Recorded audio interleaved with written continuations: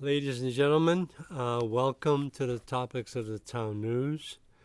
I am Mark Zuberek, and I am the host of the program, and I'd like to report on a town charter review meeting that was held on September 4th, 2024, and I recorded that for my purposes of presenting this to you as a information piece. The meeting was conducted on September 4th, 2024, and I filmed it, and I am enclosing the film for your use and enjoyment. But I also like to thank DCAT for actually filming the meeting as was scheduled because we are basically duplicating that, but I believe that it's the time well spent to represent the very important fact of the Town Charter Review Committee that has been appointed as a result of the last town meeting, annual town meeting. And the one more and most important piece that was brought up during that meeting, and I hate to be the bearer of good news or bad news, but this was the first item on the agenda was brought in by the chairman of the Board of Selectmen because in anticipation at that time of the town manager resignation and going off to the town of Lexington, Mr. Bennett, the town chairman, Board of Selectmen chairman, brought in a request to the Town Charter Review meeting that was basically phrased in such a fashion that he would like to have the town, the residency requirement for the town manager to be eliminated, and he wanted to give us a heads up that he would be asking the Town Charter Review Committee to do that in fact, because he himself and probably the marketplace seems to be concerned about residency requirement because they do not believe that the town manager should reside in the town of Danvers, participate in all of the community activities, and be part of the culture of the town. The town has had a resident town manager. Wayne Marquis was here for 30-some years. And since Steve Bartha came on, 10 years ago, he was required to reside in the town of Danvers. And we had this discussion 10 years ago again. Now we go through the same motions. However, one of the very conclusive facts was that the other two selectmen, and they were three at one time in the same room, they didn't take any votes, but the other selectmen, the newer elected selectmen, decided to speak in opposition to what the chairman of the Board of Selectmen requested from this Charter Review Committee. And they sort of negated the fact that the town manager should really reside in our town and be part of our town so he knows what actually is going on. The risk of getting a town manager that lives outside of our community is slight. We all go through interviews and requirements for private jobs. We want to live in the area that we take on our employment. So this is no different. And I myself do believe that the town manager should live in our town. Now, since then, the town manager has resigned, and all he's doing now is negotiating the price and the opportunity with Lexington. And the thing is that I myself remember the same thing happening back when Wayne was the town manager in our community. Wayne Marquis himself took on an interview with the town of Lexington. However, the town at that time did not give him the opportunity to join them. So, this is nothing new. 10 years with Steve Bartha has been enough, and we do need some serious management in this town. After the fact, town manager offered his resignation to the town, and that was announced at the Board of Selectmen's meeting. And residency requirement should not have even been brought up to this town charter review meeting because they cannot do anything about it. If the selectmen feel that this is a requirement that's going to jeopardize hiring a town manager, let them do something about it. They have the authority and they have the policies that they can put in place and then convert them in the town charter if necessary. So, the town charter review requesting a relinquishing the fact that the town manager should live in our town was the wrong approach, and it sent the wrong message. At the same time, you'll see in the attached meeting, there were comments and their reflection of how the town meeting and town selectmen and town finance committee members operate within the charter of our town. It was very interesting.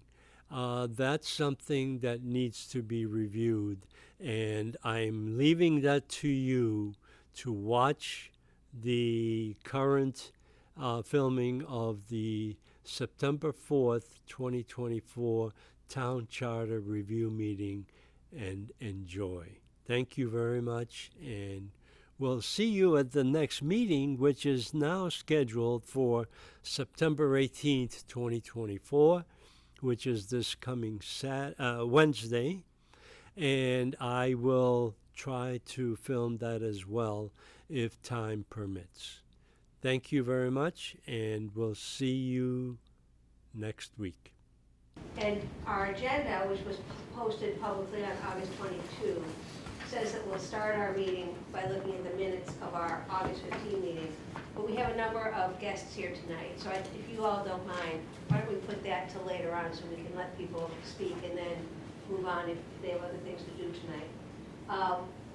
As we discussed at our last meeting, I sent letters to the Select Board, the Finance Committee, the Town Clerk, and the Town Moderator, asking if they could attend tonight to join us and assist us in our discussion of the Town Meeting Act. I know that some of the people who are here actually are perfectly capable and welcome to discuss both acts if they like. The Town Clerk, I met with her in person actually around the 27th or so of August. She couldn't come to tonight's meeting because yesterday was an election and there's a lot of post-election stuff that she's working on. But she will come to our next meeting. And I think you'll find it really interesting, and I'll get into that once our visitors have spoken. Before I move forward, does any of you have any questions or comments or things you want to mention for tonight? John Jaworski left something at home, he'll be right back. So we're just looking for Mary Beth. Barry and Mike is here remotely. Hopefully that will work. Hey, everybody. Nice to see you. Nice to see you, everybody. So I was just saying we're going to go a little bit out of order because we have some guests. Dan Bennett, did you want to start? Oh, thank you. Why don't you come up to our podium and just Oh, wonderful. let everybody know your name and your role. Well, good afternoon or evening as it is. First of all, let me start and thank you all for volunteering to do this job. It's been 30 years since we've looked at this document. And I don't know if it's a matter of housekeeping or if we really needed a complete forensic review.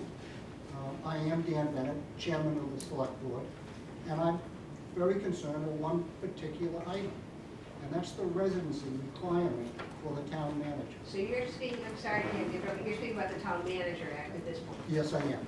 So the Town Manager Act requires that the manager resides in the town of Danvers. Now, it sounds good, and it's been practical for years, but realistically today, with the cost of housing, the average house in Danvers sold in the last 6 months for $776,000. There are currently only 10 houses on the market, single families, only 4 are under that 776 number. The other 6 are well north of $1 million. So if we're going to require a manager to live in Danvers, we're going to have to be conscious of paying him a rate that he can afford to buy a house in. Because I would assume anybody that sells the house and moves to Danvers is giving up a low-interest mortgage. And they're gonna have to take on north of 6%. So it's gonna limit the approved candidates that we'll be able to draw from. Will be very limited. Now, how to resolve that and still do the job you've been charged to do, which is look at both documents and come to town meeting in May with a plan.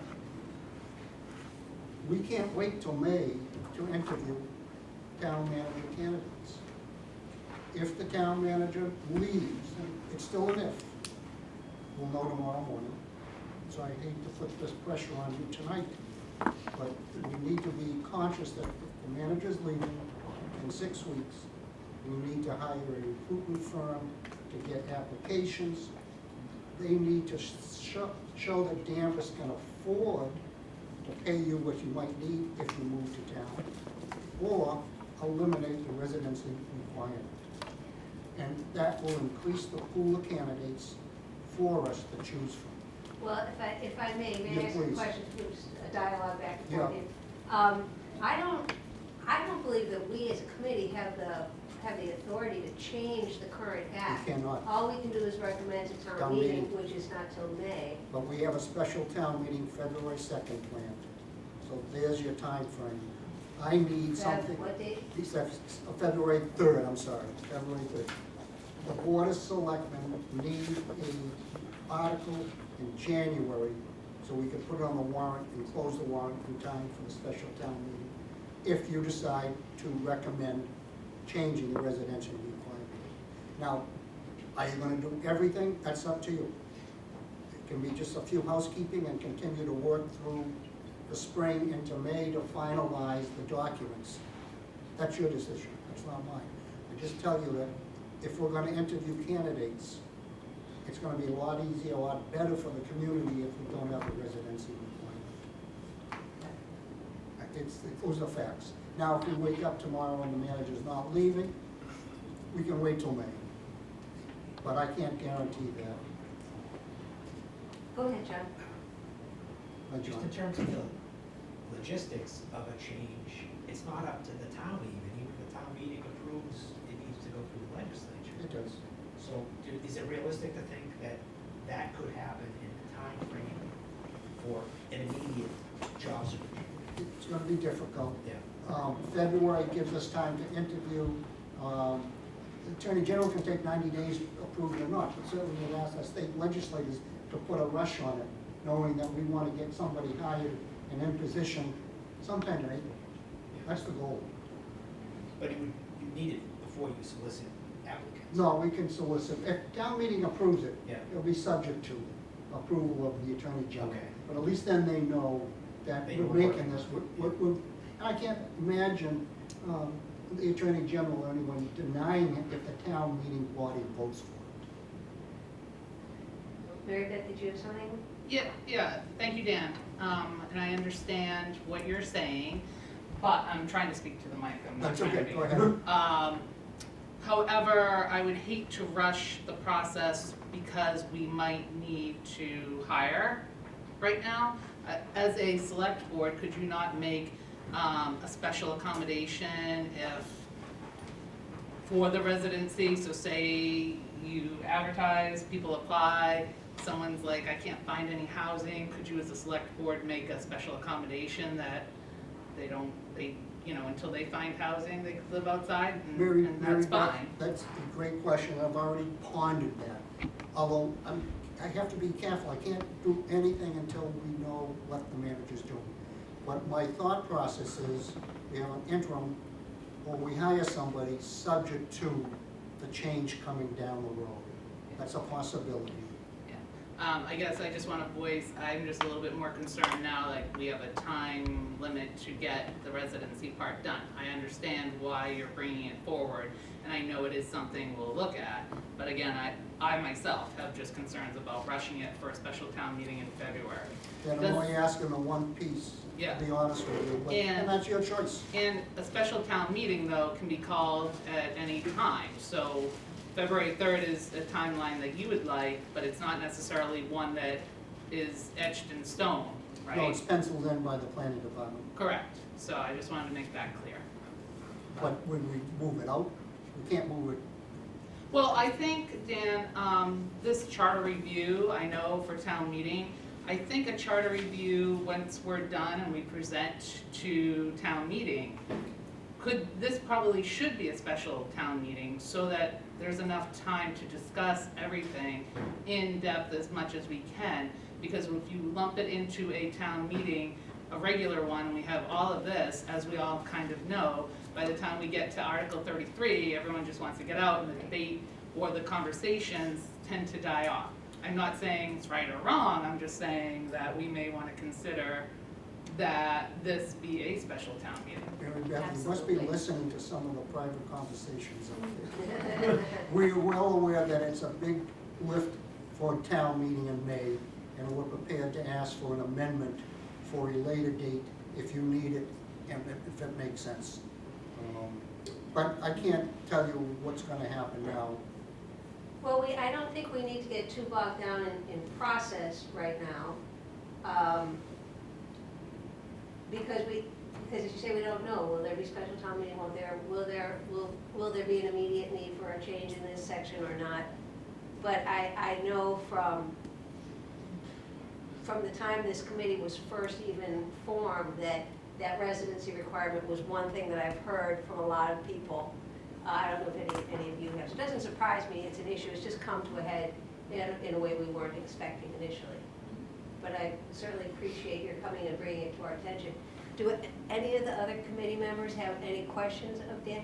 Dan, do you have any particular comment on the Town Meeting Act, which creates the 8 precincts in town, et cetera, it talks about. It's up to you to decide what form of government we're gonna have. Mhm. Are we staying with a strong town manager? And a representative town meeting. You're right, I mean, that's your choice to maintain the status quo or recommend changes, and I have thoughts, but that's why you're here. Okay.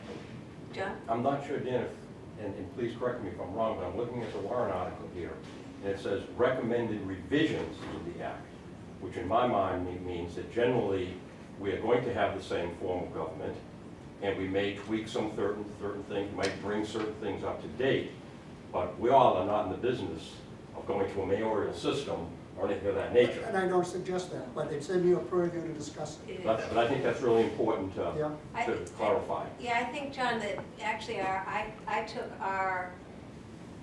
marching orders to actually consider the two acts which incorporate what the form of government is. And if we decided, because we talked about this at one of our first meetings, if we decided a representative town meeting doesn't work for us anymore, let's talk about something different. I think that is within the realm of the things we could recommend to town meeting. I've kind of shared That with was you. my understanding Yeah. when I was asked to be on this committee. Right. So- We don't want to handcuff you. It's a broad corral out there, but you have to decide which direction you want to go in and bring it to town meeting. It's one of the reasons that we had our speakers from the Mass Municipal Association to talk about different forms of town governance. I kind of view it all as being on the table. But that's something we can certainly discuss and mull over. I think your mission tonight was really to talk about that residency issue. Okay? Thank you very much. I don't mean to cut you off. No, that's fine. I just want to say, if it wasn't push or shove, I wouldn't have been here to speak to that point.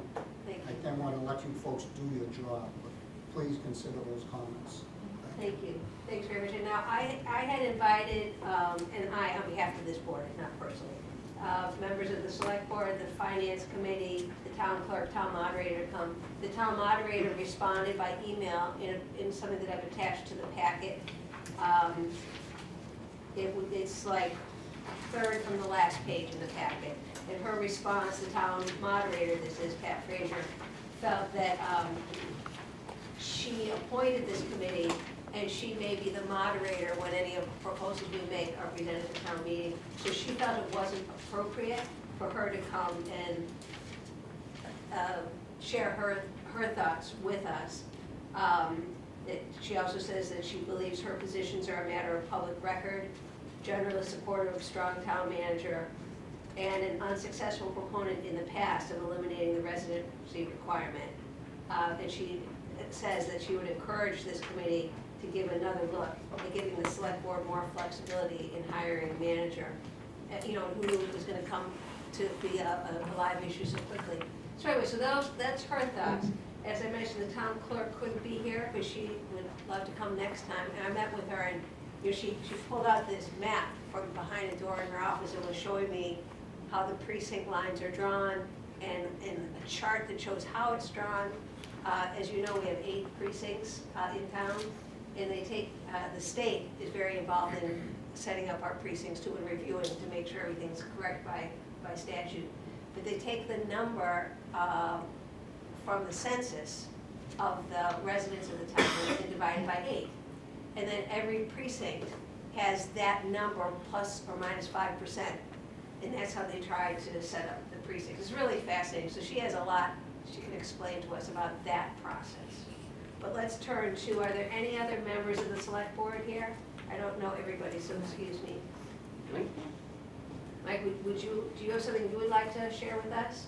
You should probably come here yeah. so that we're being televised. We're very important. I hope that Michael Bean, nice to see everybody. Thank you for letting me come up and talk. I don't know if some of the things that are on my mind are in the scope of what you folks are dealing with. So I don't know, can I just say Sure, it? please do. Throw it out there and you guys can make me go wait in the truck? All right, I, on the other hand, do think the town manager should live in town, just so he has skin in the game. Just kind of, he's here with us. I don't know, that's just a raw feeling I have, you know? It's that simple. A couple of the things, I think that the town manager should issue a little bit more authority to the select board. Not, I don't mean authority, but I'd like to be able to maybe assist in when he's gonna hire people, or she is gonna hire people for management of different departments. If we could go through the resumes with them. And I think it would create more balance, so we're not hiring brothers and sisters and cousins. And I'm not suggesting there are now, I'm just saying it, just putting it out there the way it is. When it comes to bids on work being done in town by vendors and contractors, again, I think the select board should have some view of that so that we can have offer an opinion. Maybe, you know, we don't have an opinion when it comes to a certain situation, but at least it's just more eyes. And I guess I'm just thinking more opportunity to look at some of the things that are happening rather than find out after the fact. And yes, I do understand it's put more on the select board. And I do understand that, you know, town manager, everybody that works in town hall, this is their full-time job and they're busy, takes a lot of hours, and we come in as select board and not even part-time. So I don't mean to disregard any of that. I certainly understand our role. I guess I just, as a town resident, I want to do as much as I can to try to help offer a little bit of an opinion on things, that's all. And also major department changes. If this department's being merged together, again, I think that I'd like to see a review with the select board, just to offer, again, some balance as to how that might happen or if it should happen. That's about all I think I'm willing to say right now. That's okay, so thank you. All right, thank you very much. May I have a question? Yes, absolutely. One of the issues that came up last meeting was representation by the people in Danvers. As a selectman, if I'm correct, I'm not elected by any particular precinct or anything, is that correct? Right. They're across the board, Yes. correct, okay. So if citizens wanted to make an issue, for example, in precinct 2, you don't represent precinct 2, you represent everybody. So how would a person, let's say in my precinct, precinct 2, how would they get their voice so that there's some action should be taken about an issue that might happen in any precinct throughout the town? And that person they would speak to would have a vested interest in following up with that particular issue. How would that happen in Danvers? So currently, you'd speak to your town meeting members of area 2, right? Section 2, yeah? Yeah. And you'd want them to seek out your select board members or whatever committee that you need to try to. So that would be the process that would happen. Yes. They would have to seek that person out. This other person was part of it. Okay, great, thank you. That's the way I understand it to go. Okay, thank you. Yeah, thank you. Any other select board members?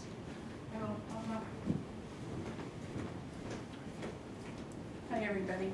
Maureen Bernard, Select Board Member. First of all, thank you for all your time and effort into doing this. This is a very heavy task to take over. And also, you know, time of year is very tough, too.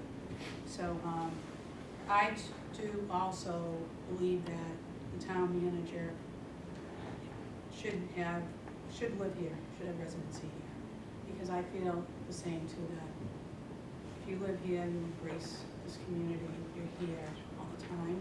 I understand what Select Board Bennett says about prices of houses and things like that too, but wherever they sell, they're probably gonna make a profit. They don't have to always buy, they could rent somewhere. So I would be in favor of having you people, having you please look at doing a residency requirement here, keep it here. I was looking at some of the sections, where it said like section 7 about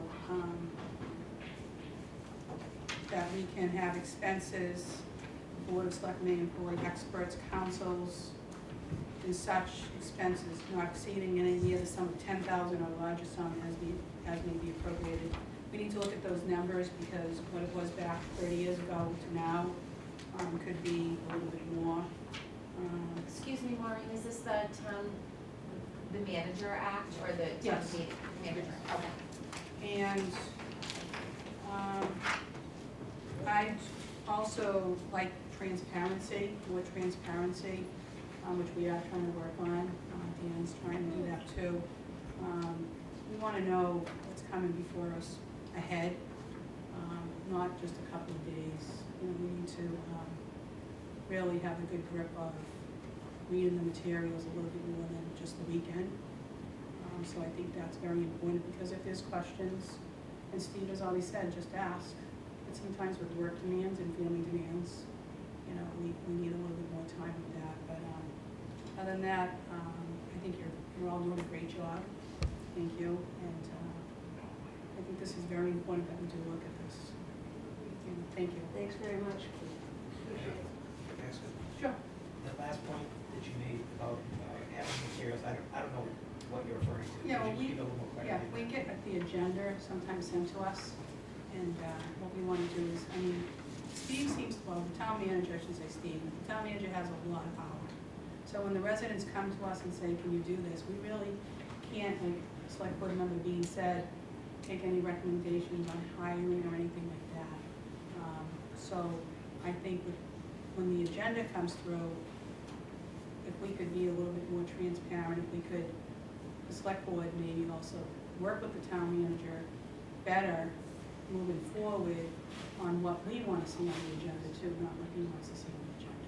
So you're talking about the agenda for the select Select board? board meetings, yeah. Yeah, we want a lot of transparency. We want more people to come, you know, a lot of familiar faces, let people come.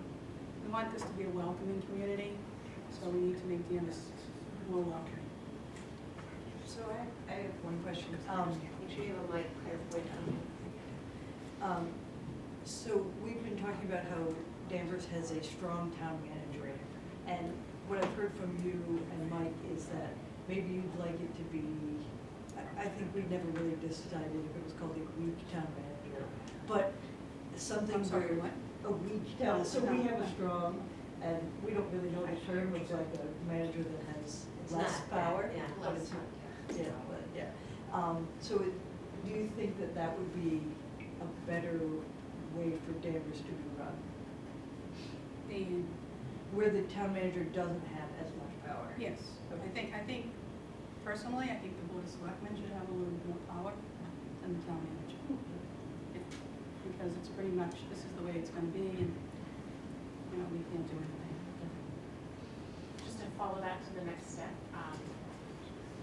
what I think I'm hearing from you is that you would like the select board to have a seat at the table in these discussions, hiring, I think the other topic that was mentioned was major departmental changes. If you take it to the next phase where the final decision is made, what would you like to see happen in terms of the select board's ability to be part of the actual decision versus being asked for your opinion, whereas you are not now asked, if I understand correctly, are you hoping to also, it would be sort of more of a committee type vote with the town manager as a member of that committee with sort of an equal vote to the select board, or how do you envision the actual decision? That's a nice way of putting it. What I'd like to see, like you said, is if we had a committee, and it's not his ultimate decision, but if we had the committee and everybody voiced their concerns and went through everything, I think that would be better for everybody in general. Like, I don't, like Select Board Member Bean had said, you know, I don't wanna say friends or whatever, but we want good qualified people, right, in our town. So if we get, it's almost like everybody jumps in and helps out, instead of just one person making the decision. You know, we're gonna agree, we're gonna disagree, we want that, right? You know, so I think it's better like having that committee and then having everybody having a vote, and then I think that would work out best. Thank you. Sorry, can I just ask a follow-up? So I just want to clarify this. So there were a hiring decision, and your view would be the select board and the town manager, and there would be a vote in that committee. That potentially would be a committee vote on that hiring decision. Yes. Okay. Yes, that's what I'd like to see. Hi, Maureen. Thank Hi, you so much. Mary. I'm not being rude again. I just want to be near the mic here. So from what I'm hearing from you and Mike, part of what I'm hearing you folks saying, I guess communication, being informed.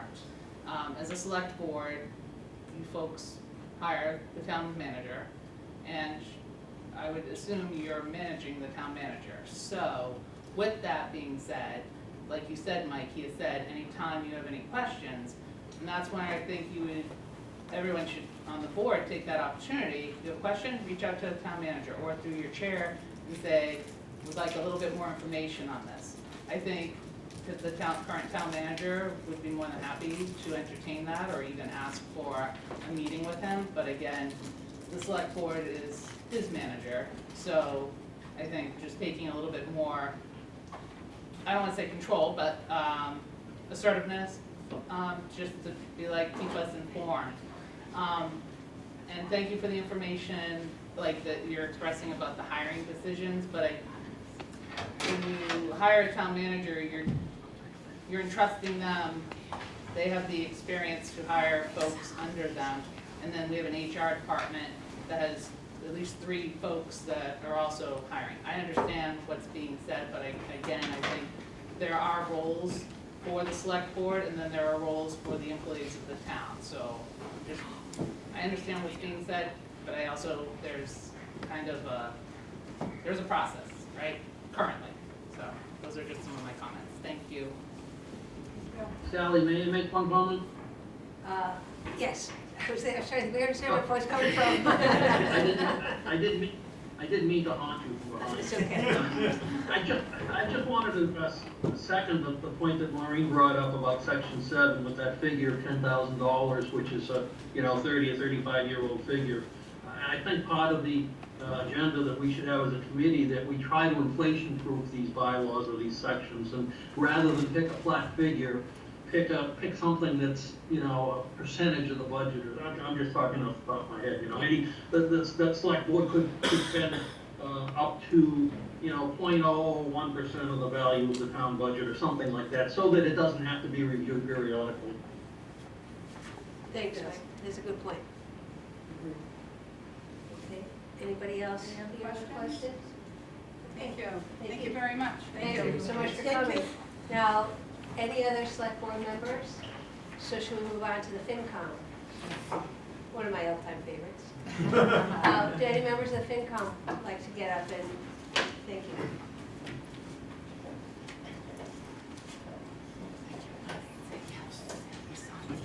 Thank you, Sally.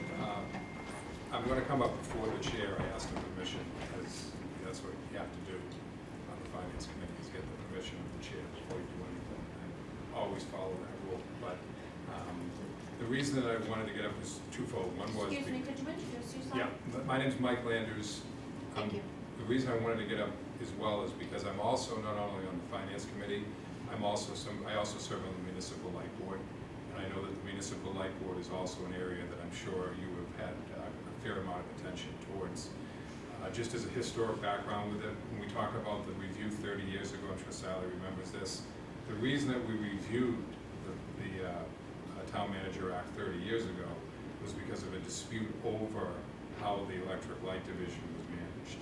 And that actually, what ended up happening at that time is a group of folks believed that the town manager did not have the authority to be able to basically supervise directly the electric light division. And there was a sort of a rogue element that went into it. And actually what ended up happening is that we strengthened in that town manager act back 30 years ago, the town manager's sort of control over the electric light division. Just personally, I was first elected to the town meeting in 1984, so I've been involved with town government for about 40 years. I was the chairman of the planning board, I was the chairman of the recreation committee, served on the town as a select board member at one point, and on the finance committee. I'm also the town's representative to the Essex VOTEC school committee.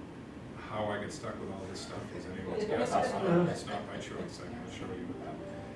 But 30 years ago, I was definitely somebody who was a very strong voice in favor of the residency requirement. To talk a little bit about that, I do no longer believe in that as being necessary in this particular time. The truth is that at that time I was very, again, much like the 2 members of the select board said, skin in the game. I believed it was really important for the town manager to buy his electricity or her electricity from our electric light division, to have kids going to the schools, to play on the ball fields, to use our roads. I don't believe that anymore. I think the world's changed. I think that the last 30 years have made a dramatic change, and I think the value of what would be a much stronger applicant pool if faced with that choice, especially local applicant pools. I think what happens is that when you have the residency requirement, what you don't get are people who are really capable, who already live in Eastern Massachusetts, especially in Essex County, because they don't want to sell their house that they've been living in, raising their family in some other community in order to apply here. But there are some really good potential applicants that are in that area who we're not gonna get. So we're forced to do the nationwide search, right? We're forced to go out and do it, or we're forced to take somebody who's already here. So I think you're gonna get a much better applicant pool from it. Now, whether or not you folks feel there's value in sort of expediting that one particular issue is another issue entirely. I think there's a value in that, but that's up to you. In regards to the electric light division, I can tell you that the system as we have it right now works. And you know how you know that? Because I'm sure every one of you is one of our customers, and you get basically the best service that you're ever going to imagine for what amounts to basically the lowest price. That's been a consistent process with this. If it was one or the other, right? If you were overpaying but you were getting good service, you could complain. If you were getting crappy service and underpaying, you get both of them in terms of it. So I would tell you as a member of the municipal light board, don't mess with that. And if you're not going to mess with that, probably don't want to mess with a whole lot of that strong town manager component with it. It served us really, really well for the last 60-something years, 70-something years over the course of the 4 town managers that we have. And I have no reason to believe moving forward that that's going to change. As it relates to the Town Meeting Act, which I know is why we're here, although the language in the Town Meeting Act and the Town Manager Act as it relates to the Finance Committee are pretty much almost identical. Again, it works in Danvers. It has worked in Danvers. The process that we have in terms of the town meeting review, I think that the process that we have in regards to the town, to the Finance Committee, doing a really thorough review of every warrant article and providing a recommendation, and nothing but a recommendation to town meeting, and town meeting being able to take that, has worked really, really well for us. And I think the basics of the Town Meeting Act, I agree, there might be some tinkering that's necessary to be able to bring it up to times, but the basics of the Town Meeting Act have worked really well for us for about 100 years. And the representative town meeting is really, really good, and especially the numbers. You know, if you look at other numbers, this is the right sort of balance number-wise, I would say. I don't know if you want a small, Saugus has, in essence, the same legislative acts as we have, but I think they only have like 50 town meeting members. And, you want to do that. Lexington, everyone's sort of looking at Lexington right now. I think they have over 200 or 250 town meeting members, which is really a lot. I think our number works really well. So. Well, one question, Mike, that's come up that we've discussed is a sense of frustration, because we're all town meeting members, of, and as a finance committee member, we work many, many hours on each warrant article and each section of the budget. And there's a sense that some town meeting members come, and even some we've seen open their envelopes when they get there, and that there's not a lot of, doesn't seem to be a lot of preparation for town meeting, people that was something that we find as a source of frustration. And we're trying to think of ways to encourage a change in that, a kind of a cultural change of town meeting. I'm not saying it very eloquently, I'm afraid. No, So that's any of you perfect. jump right in. Do you have any thoughts of how that could happen? So I can tell you that the same thing happened in 1984 when we had far fewer. When I was first elected to the town meeting, numbers have changed, obviously. They've gotten more. I think that if I remember correctly, there was 12 town meeting members per precinct.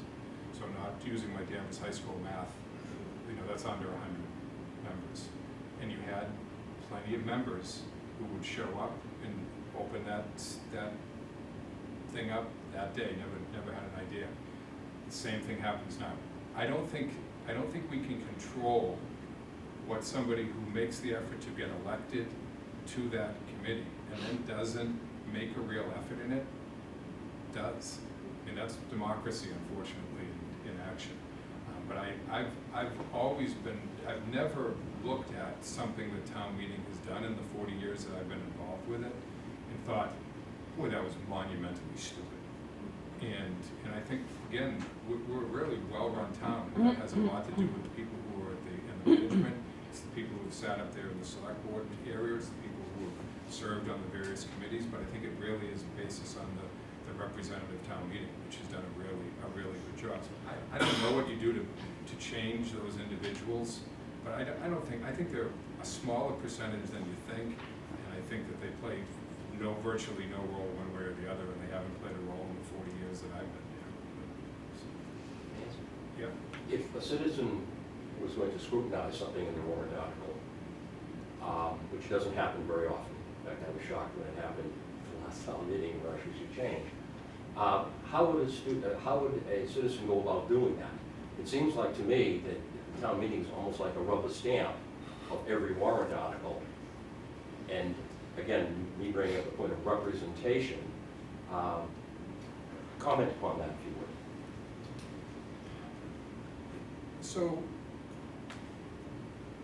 when I first was elected, David Mills's dad was the town moderator, and I was 18 years old, and he came to me before the meeting, because anyone who knew Frank was sort of a big, rough guy. Frank said, "Young Landers," didn't even know my first name, "if you raise your hand, I will not call on you. You need to spend at least 2 years learning something before you're allowed to speak." About 2 years into there was a zoning issue that was in my precinct, and I went to him before sort of meekly, and I said, "Mr. Mills, I've got this, if I raise my hand." And he looked at me and says, "Yeah, you've done good work." That's not the case anymore, okay? So I do think that there, at this point right now, it is a much more, for a lot of different reasons, a much more open process for people.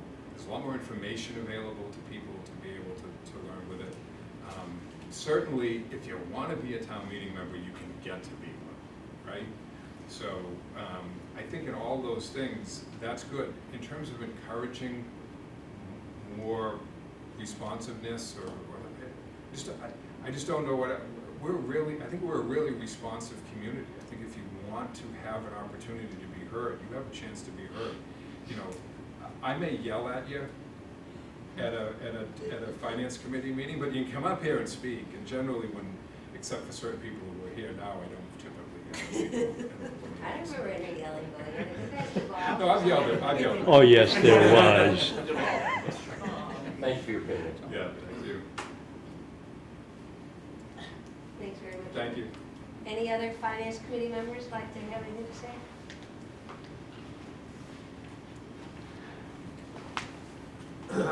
So, nice to see everybody. My name is Ted Blake. I've been on the finance committee, I guess, for like 7 years or something, give or take. I'm not sure exactly what the number is. And thank you for all the time that you, this is an important job that you're doing. A couple things, I guess, since the town manager stuff is, we're kind of talking about that right away. Just a few things that, that I would think about here. When we say that we have a strong town manager and the select board doesn't have a lot of control over him, I think in the Town Manager Act, they have the ability to remove him with a majority vote at any time. So, to me, that's pretty significant control over somebody's job. And I'm not sure that there's another town in the state where the select board is having up or down votes on important decisions. If there is, I'd be happy to be informed about that. Secondarily, with the residency requirement, I definitely see the benefits of I think it's quite easy to articulate all the reasons why it's good to have somebody to live in the community, and I see why people did it. A few people spoke tonight about some of the reasons why we might want to revisit that decision. Just for example, what Dan said, and I'm not even sure where I fall on this issue, but what Dan said about mortgage rates, I think Maureen alluded to somebody could be in the money on their house, but if you got a $500,000 mortgage at 3%, just a few years ago, that's a $2,100 a month mortgage payment. If you sell your house, forget about what you're paying the real estate broker, move here, you get a new $500,000 mortgage at 7%. That's a $3,300 a month mortgage payment. So that's $15,000 post-tax out of your pocket every year. It's real money. Not to mention, if this might be somebody who's starting a family or has a family, and this might be their first opportunity to be a town manager. They've got kids in school and things like that. Those are all things to think about. But the last thing I would mention, unfortunately, is the way that some people in this town have treated our present town manager is frankly despicable. They should be ashamed of themselves and the crap that they put on Facebook and other social media websites, and sometimes in person, is unacceptable, disgusting. That's it. And frankly, we may have ruined it. Like, you guys think you can act like children all night long on Facebook and it doesn't have real impacts on people? You're wrong. Okay? I'm sure if I had an honest conversation with the town manager, probably has weighed a little bit in his decision, or might weigh in his future decision. And I'll leave it at that. Lastly, what was the last thing I was thinking about? On the town manager issue specifically. Residency. I think that was it. The more broadly on town meeting, I mentioned this to one of the other FinCom members. The level of engagement and information level of people when they come to town meeting does concern me a little bit. Somebody said it might be statutorily determined how many people are in our town meeting, or there might be strict bans, state driven. But you know, I do see every year that almost every, in very few precincts are the town meeting seats fully contested. Right? It's usually barely. We have 8 or 6 or whatever the number is. Sometimes there's one extra person running, maybe 2 in one precinct. Oftentimes there's less than the number of seats that are open. I don't think you would be crazy to think about maybe trimming the size of the body by 20%. Purely like, you know, if that's, you know, I don't have a strong opinion on it, but if we're worried about the level of information, and you know, I don't frankly see the difference from a representation standpoint in a 120 person body than a 144 or 149 person body. It seems, you know, whatever the math works out to 8, you know, if you have 24 less, that's 3 less per precinct or something like that, I don't know. But that's something that might just tossing an idea out. 2 things that I've would like to suggest more affirmatively are, and I'm not sure if this is in the scope, but I think it is, the amount of signatures necessary for a citizen's petition to make it to the town meeting floor is way too low. It's too much. Way too low. I think it's 10 or 20. Do you guys remember? 10 for an annual town meeting. It's, and we've had a lot of time wasted in the last 2 years by what I would deem frivolous and redundant petitions. I don't see the value of it. It wastes my time. It wastes everybody in the finance committee's time. And when it gets to the town meeting, it wastes everybody's time at town meeting. If something's important, it should require more than 10 or 20 signatures to get it to occupy them, to get a voice on the floor of the town meeting, in my opinion. And lastly, I think this is a little bit of a bigger picture thing. I think that we should think seriously about ranked choice voting in town elections in Danvers. That's something that was proposed at the state level and lost quite narrowly, I think, in 2016. So very quickly, several towns have already adopted it. Lexington might even be one, I'm not sure, but I can go back and look at the information. But the way it would work is in elections with more than 2 people running for a seat, you could rank the candidates on a ballot. And that sounds, at first pass, that sounds complicated, but the best way to explain it is, let's say there's 1 select board seat or 1 school board seat open, and 2-3 people are running. Maybe 2 people are very similar to each other, or maybe not that similar, and somebody else is way over here. And the 2 people here split the vote, and the 3rd person gets elected with 38% of the vote. Net, are most people in town happy with that outcome? Probably not. Many of them probably would have coalesced around one or the other candidate. So that's one it's a way of getting, it's sort of an instant runoff where you're forcing somebody to get to 50% of the vote to win a seat. The other thing is, I absolutely know people who've chosen not to run in elections for that very concern. It's that by them throwing their hat in the ring, it would take more votes away from candidate A than candidate B. And even though they're not completely in love with candidate A, they wouldn't want to see candidate B win. So they stay out of the race, right? I think we'd all benefit from having more contested races. Most races in town aren't contested. If we can do anything in our electoral process to encourage more people to run and not worry about like second and third order effects and being a so-called spoiler, I think it's something we ought to consider. And really, at the end of the day, hopefully take some of the national partisanship out of what we're trying to do here, which is just run a town and we can all be proud of. Very good, thank you. Anybody else? Yeah, wanna- absolutely. Oh, sorry, John. You brought up the, John, could you speak a little oh, I'm closer? sorry, yeah.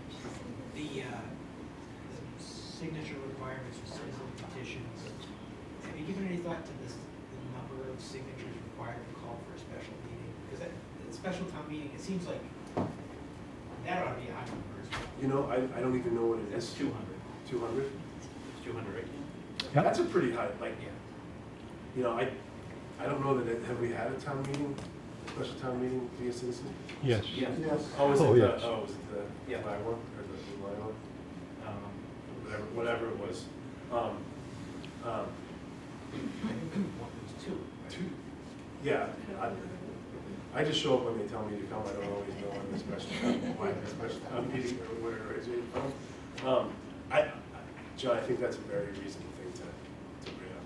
200 is, you know, I try to get 50 signatures before, it takes a while, it takes work. Maybe 200 for a town meeting is too low, but I'd be open to listen to that.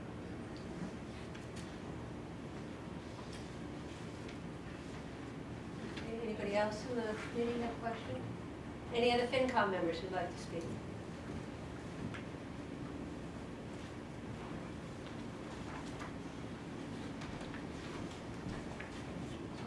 Sally, thanks for inviting us tonight, and thank you all for your hard work. My name's C.R. Lyons from the Finance Committee.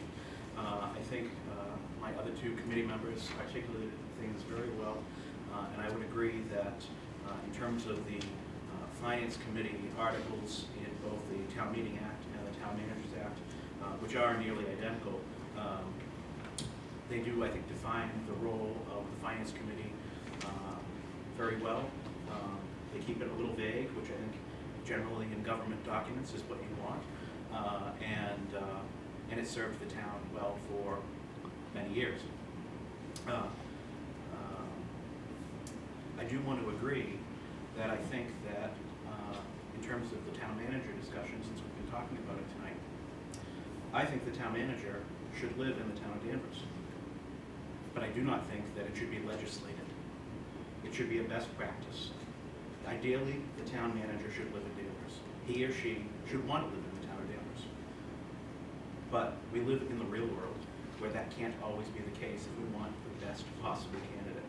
So I would urge you to look at that soon, because there may be some urgency surrounding the future of our current town manager.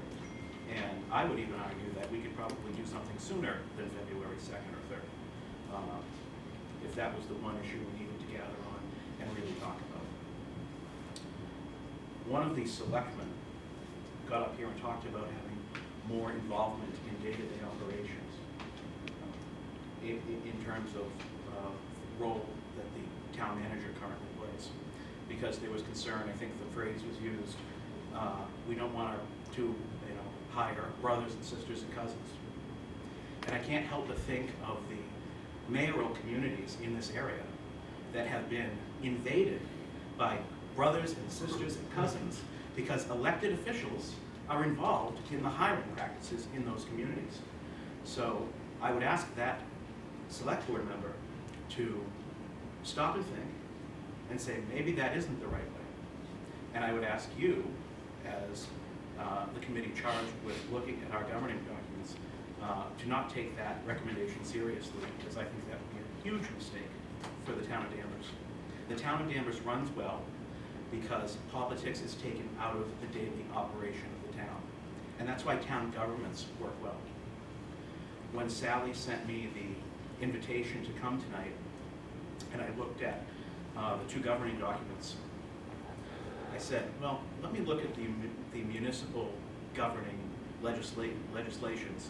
I think it's Act 39 of the Mass General laws. Sally, is that right? And I couldn't help but notice that they had to put a lot more linchpins on the city stuff. And the town stuff really kind of was taking care of itself because the politics was taken out of the operations. And so that's why I believe in a strong town manager form of government. I think we should keep it. And I thank you for all the work you're doing. I have a general question about the Finance Committee. Last week when we heard about different forms of government, one that came up was town council instead of a town meeting. And if there's a town council that meets every 2 weeks or whatever, can make decisions that normally the town meeting does the Finance Committee just... That's really, I mean, I think a town council is another way of saying city council or calling it a town. Well, because they still had a town manager. You can, yeah, you can still, I don't, excuse me, I don't want to interrupt, but I think in most, you can, even a city can hire a city manager. Cambridge. Cambridge is a great example. Palm Springs, California, Lansing, Michigan are all city manager cities, and towns can do the same thing. But you'd essentially be creating, in that instance, a city council, as opposed, but calling it a town council. There are towns in Massachusetts that are now technically city forms of government, but they still call themselves the town of, I think. Well, they still have a select board, and Right. they don't have a But mayor. it's essentially acting as a town council, because there's no town meeting. Right. They're acting as that legislative body as well.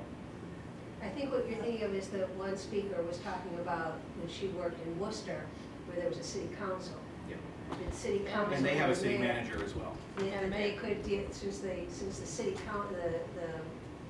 council met about twice a month, that something could be brought before them more quickly than if you were dealing with town meeting form of governments, which has an annual town meeting. You can have special town meetings, so a longer gap of time could exist. She was talking particularly about tax incentives, Right. businesses coming in. I think it was a town, it doesn't matter, but I think it was a town council, not a city. It was not a mayoral form of government. It was like a select board with a town council as opposed to a town meeting. So it was still represented by town council, but not 140. There was like 8 instead. It's just concentrates the. So anyway, it was just a question about the Finance Committee, and whether, if in that situation, does the Finance Committee still show up more often to make? Well, there's no, there isn't really, there's not an annual warrant to review, Right. all those things go away. It really much more mirrors, I think, a city. Yeah. A couple of comments, though. I would say that I've chaired the FinCom for a number of years now and was on it for a number of years before that. And kind of commenting on the participation. At every town meeting school, I go and I encourage each town meeting member to attend FinCom. And even looking around this room, I don't see many of you at our FinCom meetings. And I'm sure you're watching them very diligently every night and staying up late with us, turning every page of the budget. But there are many ways to get the information and many ways to be engaged. And I think you start to cull that number down from the 149 that we're at now, including the selectmen, and let's say you cut it down to 80. You're still going to have, I think, the same percentage of engaged members, the same percentage of disengaged members, because we vote for our friends and neighbors. And some of our friends and neighbors are really engaged, and some of them aren't. And some of them just want to be a town meeting member because they have been, and they were engaged for a long time, and now maybe they're just coasting, or they've got an ailment, or... I think it's the warm-up jackets. Is that what it is? Oh, you guys didn't get them? The first 5 town meeting members that come to the next FinCom meeting get the warm-up jacket. But no, I know you'll be Except for certain ones, they don't get it. And John, you had a question about the process about with the select board. I think it was answered by a select board member about having an issue addressed. Yes, You go to Oh, I think, you kind of, I think you were dancing around the idea of representation. And Yes, we have- absolutely. We have at-large representation now on the select board. But I think at the end of the day, Danvers, which has grown very slowly over the last several decades, although it seems like we're growing a lot, but you know the numbers would suggest otherwise. I think the at-large positions of the select board has served us and them well, because if I was a select board member living where I live in precinct 1, I would still care what happens in precinct 2. It's just down the street. You know, it's not 12 miles away. I travel through precinct 2 all the time, and your issues are my issues, and certainly if I want to be reelected, they are.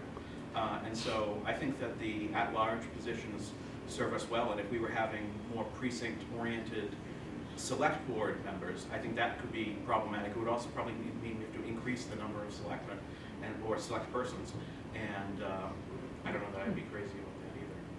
But I think that if I talk to most of the select board members today, and we have 3 of them here, they could probably attest to this, that they serve all of the members of the town of Danvers equally, and don't favor one particular neighborhood or another. If I may comment? Yeah. That's admirable, but it isn't something that can always happen. No, you're absolutely You could right. have 3 people elected that are all in the same precinct. Yeah. And could have no vested interest in any place, whether it be because of where they're located or because their myopic vision of their particular work. But they probably won't last more than that one term, so, you know, at the end of the day, they have to get reelected. Yeah. So, Again, I don't know if you said it, but remember, the first thing we were told by Dan Toomey when we got here was, you can stop counting at 3. And I think sometimes people misunderstand how board government works. You as an individual member of the select board have no authority whatsoever. And you never will, and you never should. The authority vests in the board, and you can stop counting at 3. But you gotta get to 3 to make it work. And that's really been the way it has been since 1620, when the first select board of Salem met, and 1628. And certainly all through the history of this community, whether it was a 3-member selectman or a 5-member select board, it was either you counted to 2 or you counted to 3. And that ability to be able to get that consensus on the board is really, really important. And I think it bodes people well in terms of how we are governed. well, thank you. Thank you very much, Sarah. Anybody else from FinCom want to speak? I just came here. Good. Our representative in the state legislature is here. Would you like to speak? Would you like to address what the issues are that we're grappling with here? I might have a thought or two to share. So Thank I you. too, Thanks so much for coming. thank you for having me. Thank you to the committee, to all of you for doing this very important work. I can't think of a more important conversation than how shall we govern ourselves. So I am Sally Kearns, I'm the state representative for our district. I was a town meeting member around the time you were, Mike, and have You're also. much older though. Not much, not that much. So I grapple frequently and discuss frequently with many of you in this room. Should we think about becoming a city? I just sort of think about this topic a lot, and why? Because I interact with a fair number of communities for different reasons. But Amesbury comes to mind, which is smaller than we are. Gloucester, smaller than we are. There are a few cities, Northampton, small city. And it seems to me that there are funds available for all cities, but you have to be a city to qualify for those funds. I know that federally there are opportunities. Now that's not to say that we want to become a big repository of all manner of federal, state funding, but I do look at downtown areas and I think, wonder if that would be a way for it. We had Main Street funding, or city streets funding. So I think that's important. And I also am aware that when you have an elected council, and the town council concept is interesting to me. Watertown has this. What I don't know is how different it is from a select board. It sounds like it is the legislative body of a community, but there is something to be said for district representation. If you live down in Danvers Port or East Danvers, or if you live up near Middleton where I am, there are neighborhood things that come up. There are concerns that impact particular geographic areas, and I often wish, maybe, should we have that kind of an arrangement? Would that benefit our community as a whole? Would it be helpful to have? I get everything from sidewalks, requests for sidewalks, and the town manager has said, I'm sorry, we have many miles of sidewalk and I cannot pay for that. Now, would it be different if we had a town or a city council? I don't know. I'm putting it out though, if there's any group of people to grapple with that question, I would say, congrats, you're it. So I just put that out there as food for thought. And I do appreciate the hard work of the Finance Committee. I appreciate the chance to have served on it briefly. And it was eye-opening. And one of my big takeaways was how complex our budget is. We're not such a small town. We're 28,000 people. I went over to Wenham and had a meeting with the lovely senior center director. And we were talking about numbers of seniors, and I said, we were talking about population. And I said, well, right, well, I have 28,000. And he said, oh, seniors? And I said, no, the population of my town, of Danvers, is 28,000. He's the loveliest man. And he said, oh, no, Danvers is much bigger than that. Danvers is about 60,000. And I thought that was telling. And so it behooves us to think, what are the mechanisms that work best for the size that we really are? We're not Amesbury, we're not Wenham, and we're, and Gloucester's a city, and they are 28,000, I guess. 32, 35? No. So I just, that's something I often wonder about, and I thought when charter review comes up, I will raise that, and I thank you for your service. And I was reading, and I noticed that all it says is about planning board, all it says is that the town manager will appoint a planning board of 5 people, and they will do what planning boards in the state, according to chapter 31, it's in there, give them the right to do, and that's all it says. And my feeling is that I think it would be helpful to our planning board members to have their own attorney, their own counsel with them, who's not representing a developer or a client, just, there, and not, I don't think we should be relying just on the legal expertise of the person who happens to be on the board. Lucky us that we have some who are attorneys, but I feel that the town is served best by having legal representation devoted just to the best interests of the town at the planning board level. And then other than that, enjoy. Thank you for the opportunity to speak. Please let me know how it can be helpful as we move the, go ahead, through you, Madam Chair. The issue that Mr. Bennett brought up at the beginning regarding, Don't forget your sorry about that. The timeline that Mr. Bennett brought up, the potential need for action sooner than later with regards to the residency requirement of the town manager. Could you speak to like the legislative piece of that, like how quickly things could move if a lot of it is, if it gets approved by town meeting, and the Attorney General reviews it, and like how quickly could the whole process get completed? So that's a very good question, and one I have been thinking about We are still in session. We are able to pass things. We are meeting informally. I expect an economic development bill pretty soon.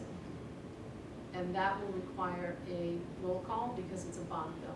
And anytime we bond, we must have a roll call.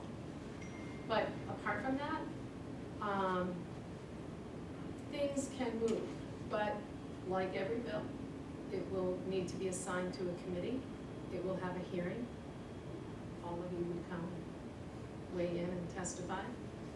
It has to go through the process.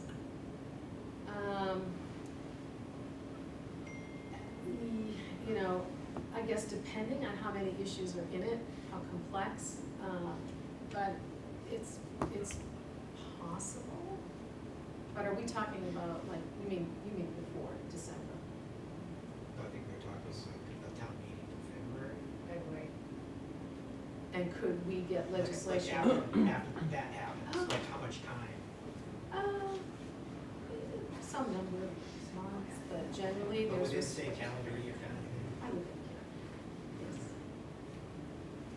My phone's hanging right now. I want to grab it and see. No, but I think that that's a reasonable expectation. Of course, we begin anew in January. Nothing will get assigned to committees, and if there's many committees, and that will take, you know, hearings won't start for a while. We will be beginning a new session. And because we're in this 2-year session, I am a little leery of giving you a date, but I will get more information. Certainly, I gotta give you something, and we would hope within a year. But, you know, I said that about the special ed tuition thing, and lived to turn regret it. I said, oh, of course we'll fix that. So, I don't have a crystal ball, but I think it's reasonable that by fall of next year, you would have at least, you know, it depends, it's gotta move through the committee process, and there are a lot of bills. So I don't wanna be overly rosy. Do you anticipate? We don't know yet. We It don't just know was there. posed to us tonight. Just moving quickly on this one issue. On the residency Yeah. requirement? And you, so I did have a brief exchange with Senator Lovely about this. I should have mentioned to her I was gonna come here tonight. She's not convinced that it takes a legislative repair to the Town Manager Act. Well, it's in the Town Manager Act. I thought it was in the Town Manager Act that the Select Board has the full authority to hire the manager and to set the parameters. There is No? a residency requirement in the Town Manager Act. And that's gonna come out. The question I think that gets raised with it is, the act basically says that during the term of the town manager shall reside in the town. The question that has always been asked is at what point during the term does the town manager need to reside in the town? There is a question as to whether or not if the town manager, if the select board allowed so, and the town manager moves into Danvers at the very end of the term, would that qualify for it? Or does the language mean that during the entirety of the term, they have to live there? I don't think there's ever been an. One night at the Ninth City. Yeah, I don't, so there is some considerable debate, I guess you could say, over the, I know that, my guess is there's never been And the challenge. a case law, there's never been a case law on it because it's specific to ours. You'd have to look at others. I don't think there's any case law with it. And from whence would the challenge come? Mike Bean. Mike Bean's on the Board of Select people, he's not gonna do that. Oh, yes, he would. But they would, but he'd have a right to. I think he'd have an absolute right to be able to say that should be interpreted to mean that when you start in the town, you move into the town. I think under the way it is. I think that there's another argument otherwise, but. So if you're talking about legislation very narrowly drawn to strike this particular sentence from the Town Manager Act of 1949, and it pertains only to the town of Danvers. I'd like to think that is not too arduous, and I'd like to think that within a year, but it is a 2-year legislative session, so it's, you know, it's a whole, it would be a home rule. As long as town meeting puts its seal of approval and says this is a home rule petition, you know, I think we could expect fairly quick action, and I will certainly work Madam to make Chairman? it so. When Sally's done, may I make comment? Sure, please do, and I was going to ask, and Mike, I should have said. So I'm sorry, I know, If you could come up to the mic, because people will want to hear, I think, some of the things we're discussing. Thank you.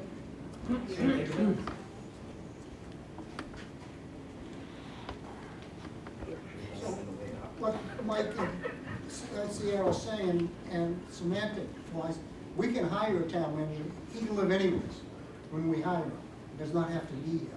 The question is, when does he have to move to the town? Can the select board have some leeway in enforcing that? And can we just change the language? Well, let's not get hung up on where a applicant lives. We need to tell the applicants there's potential that he has to be here, he or she has to be here, or not. We're gonna keep moving towards, please. So, again, we invited certain, Mike, I keep asking, is there something in particular you would like to ask of any of the speakers you've heard so far? They're fine, okay? Can I make one, just from a standpoint that Sally, just as a, again, Mike Landers, the issue that Sally brought up in regards to the planning board is an issue that gets brought up almost every year in terms of our budget. It's already allowed under our current town manager act that the planning board could have somebody from the town council's office there on a sort of a nightly basis, if that makes sense. I appreciate the fact that there is a concern, a legitimate concern, that any particular planning board takes too much emphasis from the applicant's attorney, and that they don't need to. And certainly there have been a number of individuals on the planning board who have been attorneys there and continue to be that are attorneys. And Yachia knows this. I do think that the problem with the idea of having a member, somebody from the town council's office there, or giving them, we charge $500 an hour for that. I'm an attorney myself. If you wanted to hire me, I'd be more than happy to come represent the planning board if the town wants to do it, but I'm going to charge $500 an hour, and those meetings last 3 or 4 hours. And I'm not, when I'm there, I'm charging you that money.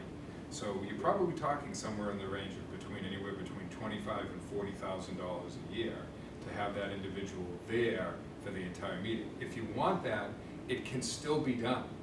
The select board could include that in their budget right now, and the select board could have that as part of their budget under the situation we have. So that's something that does not need to be changed in regards to it. It's a budgetary issue, not necessarily a town charter issue in that respect.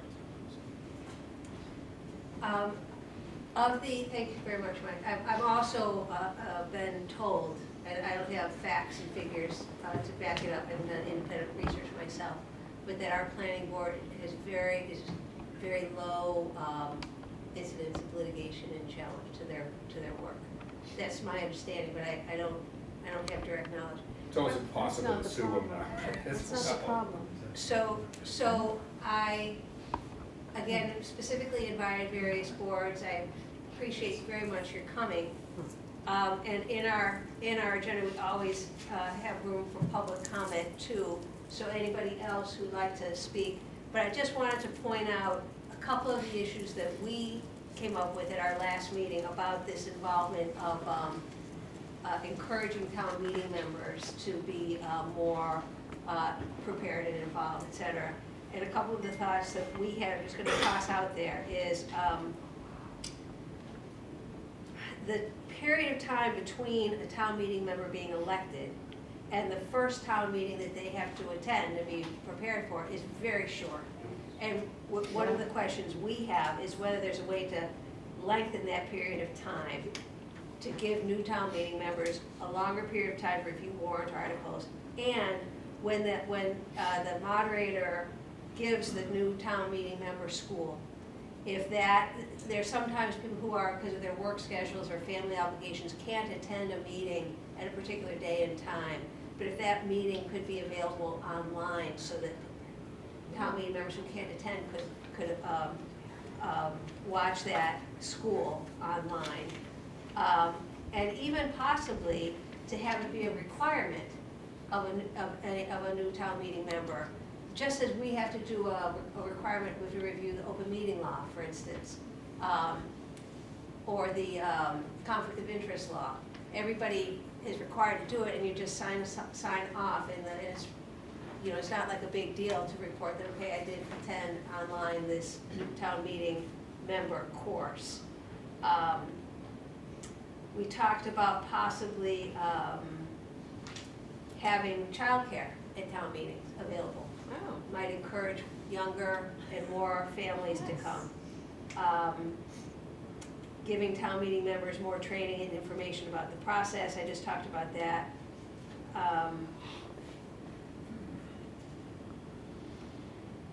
And just generally, how can we encourage town meeting members to be more prepared? I think we can kind of encourage a culture of that as part of the answer. So I wanted to get those thoughts in. Would any of the citizens who are here like to share your thoughts with us before we turn to the rest of our agenda? Could I do that? Yes, you have to introduce yourself. I'd like to kill two birds with one stone. Jim Rose, town meeting member, precinct 3. And just put your minutes hat on, because I'm quoted in the minutes, and I also want to clarify what Nova was asking. What I said was, This is of our last meeting? yeah, the public comment.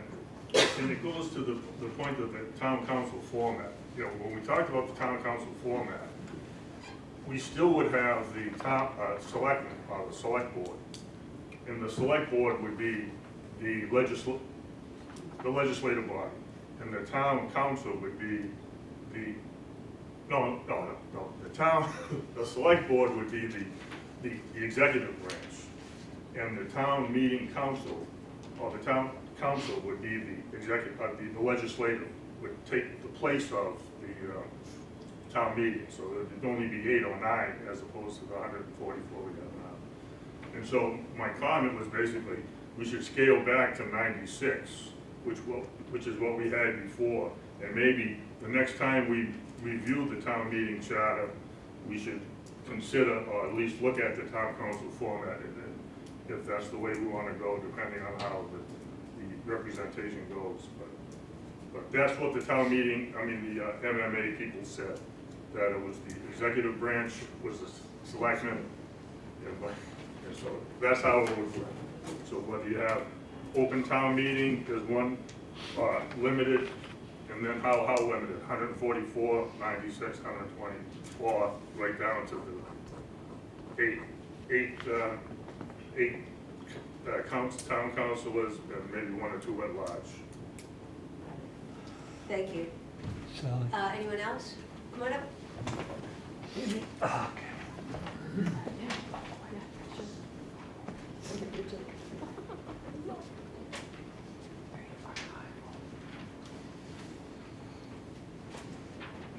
Again, Mark Zuberek, 9 Glendale Drive, Danvers, Massachusetts. Former town meeting and all that other stuff. The one thing that surprised me tonight is the request that has been bantered around in regard to the town manager residency. That issue was all discussed back 7 or 8 years ago when the town manager came in. It's 10 years ago. Well, it's not 10 yet. Well, He hasn't got to 10 years yet. But the thing is that that issue was discussed, very similar discussions, very similar positions. And the position is that by having the town manager reside in our community, he tastes the actions of what's going on in our community.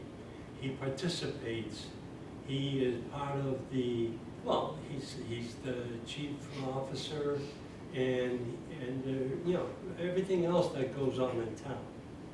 So I don't know why this thing came up.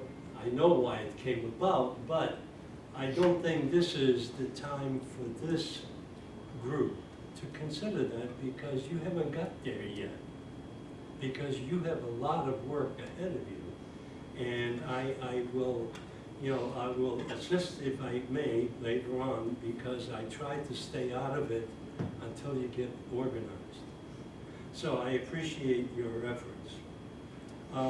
You've heard from current selectmen, and now you're hearing from former selectmen, and you should invite other former selectmen, because they have endured what's going on with the Town Manager Act.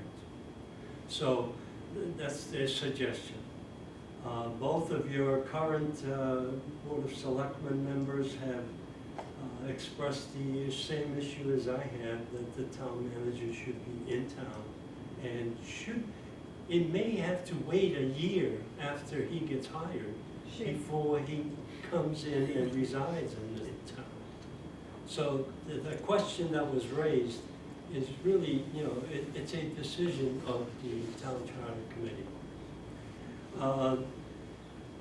One of the things that, you know, Mike Landers and I have an ongoing effort in the Finance Committee, and being participant in the discussions that do happen at the Finance Committee, and it's a commitment. It's a challenge sometimes to address the Finance Committee, because they get into every little aspect of what's going on with the budget and the warrant articles. So this is the representation from the community, from the residents that are paying our bills.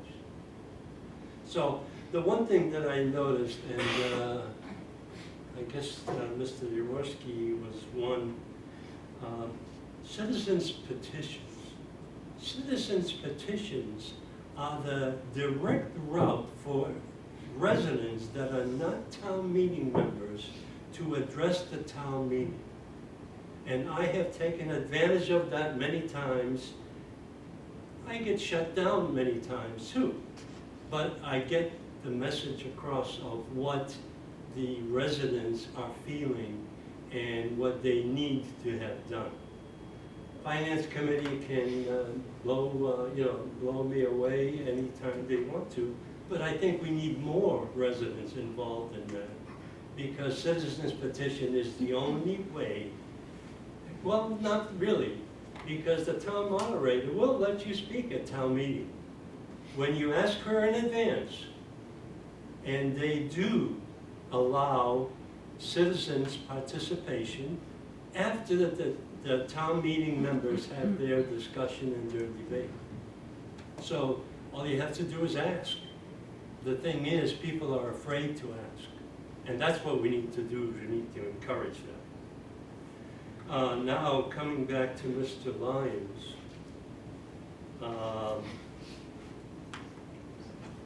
Authority of Finance Committee, that's been a debate from day one when this town charter was developed. And that's where the give and take takes place. However, not enough town meeting members participate in your discussions, because that's where the recommendations are made, and they're made with a small group with 149 town meeting members sitting there twiddling their thumbs. They don't know what's going on. So that's where we need to encourage. And that's where the town meeting participation needs to improve greatly.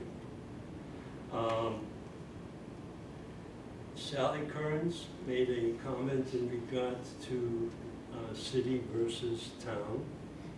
And I've made that comment many times at the selectmen's meeting and at town meeting.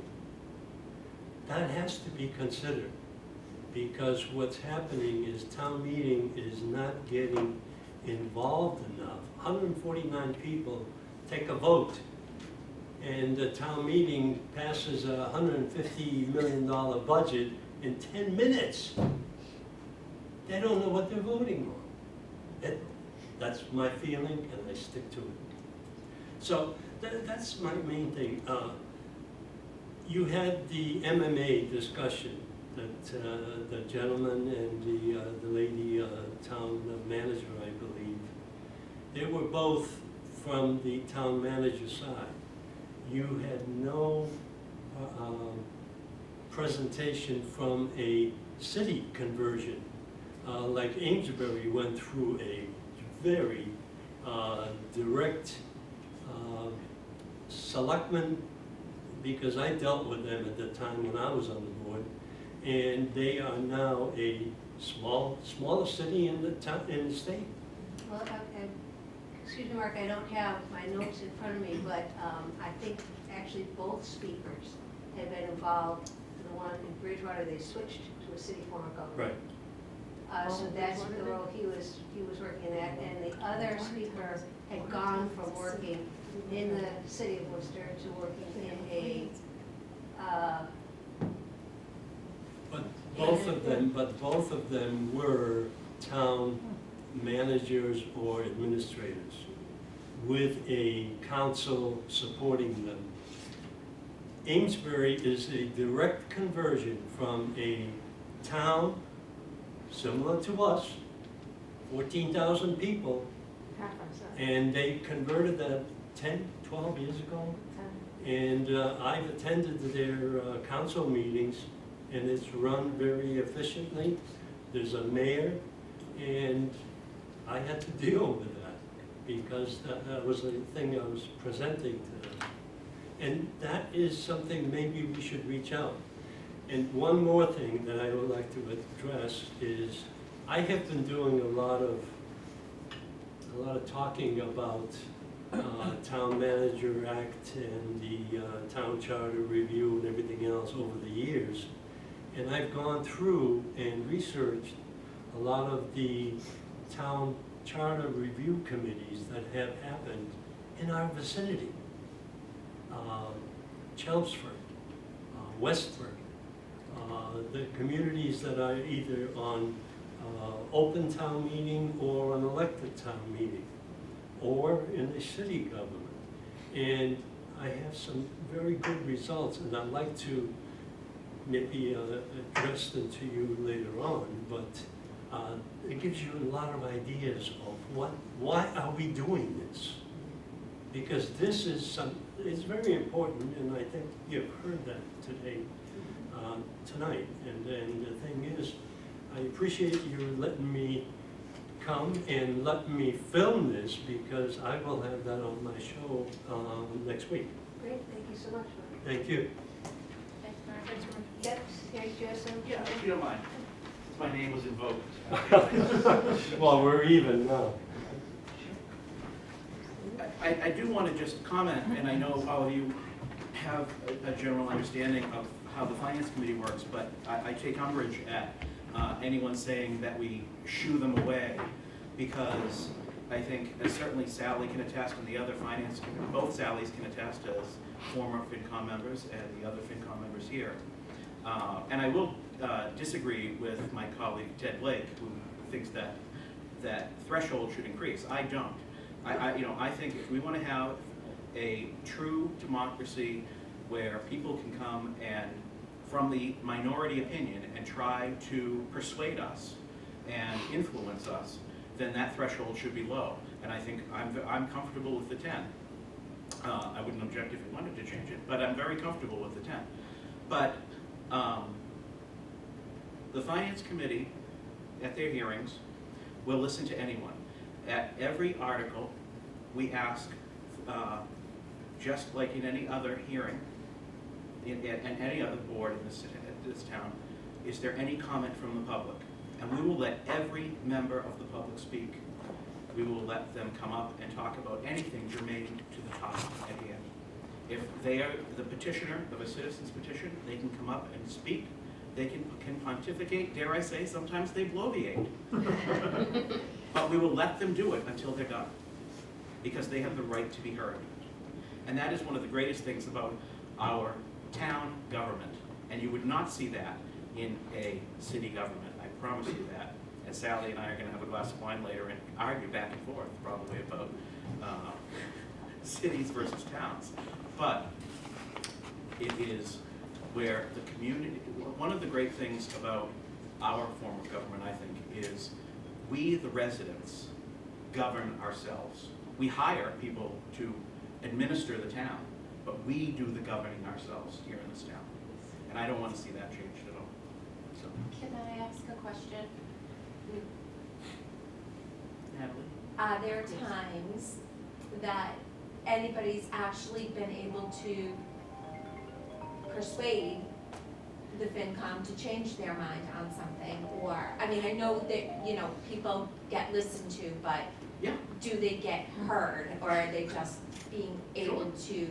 Sure, absolutely. I can cite a specific example. Landers is still mad that the historic preservationists were able to change my mind on an article a couple of years ago. Yeah, of course we listen. And people's minds can be, we can be very easily persuaded. We're not that bright. Good to know. Right. We are just dumb enough to have said yes to the moderator who will serve on this committee. And we only make a recommendation. And we, yeah, That is all, true. and all, and that's the most important thing about FinCom. We recommend. That's all we do. And we'd love to see you at more of our meetings, Natalie. We know you come to that one for the library every year. But Yes. do you want to ask me a question, Sally, or Please, come on up, but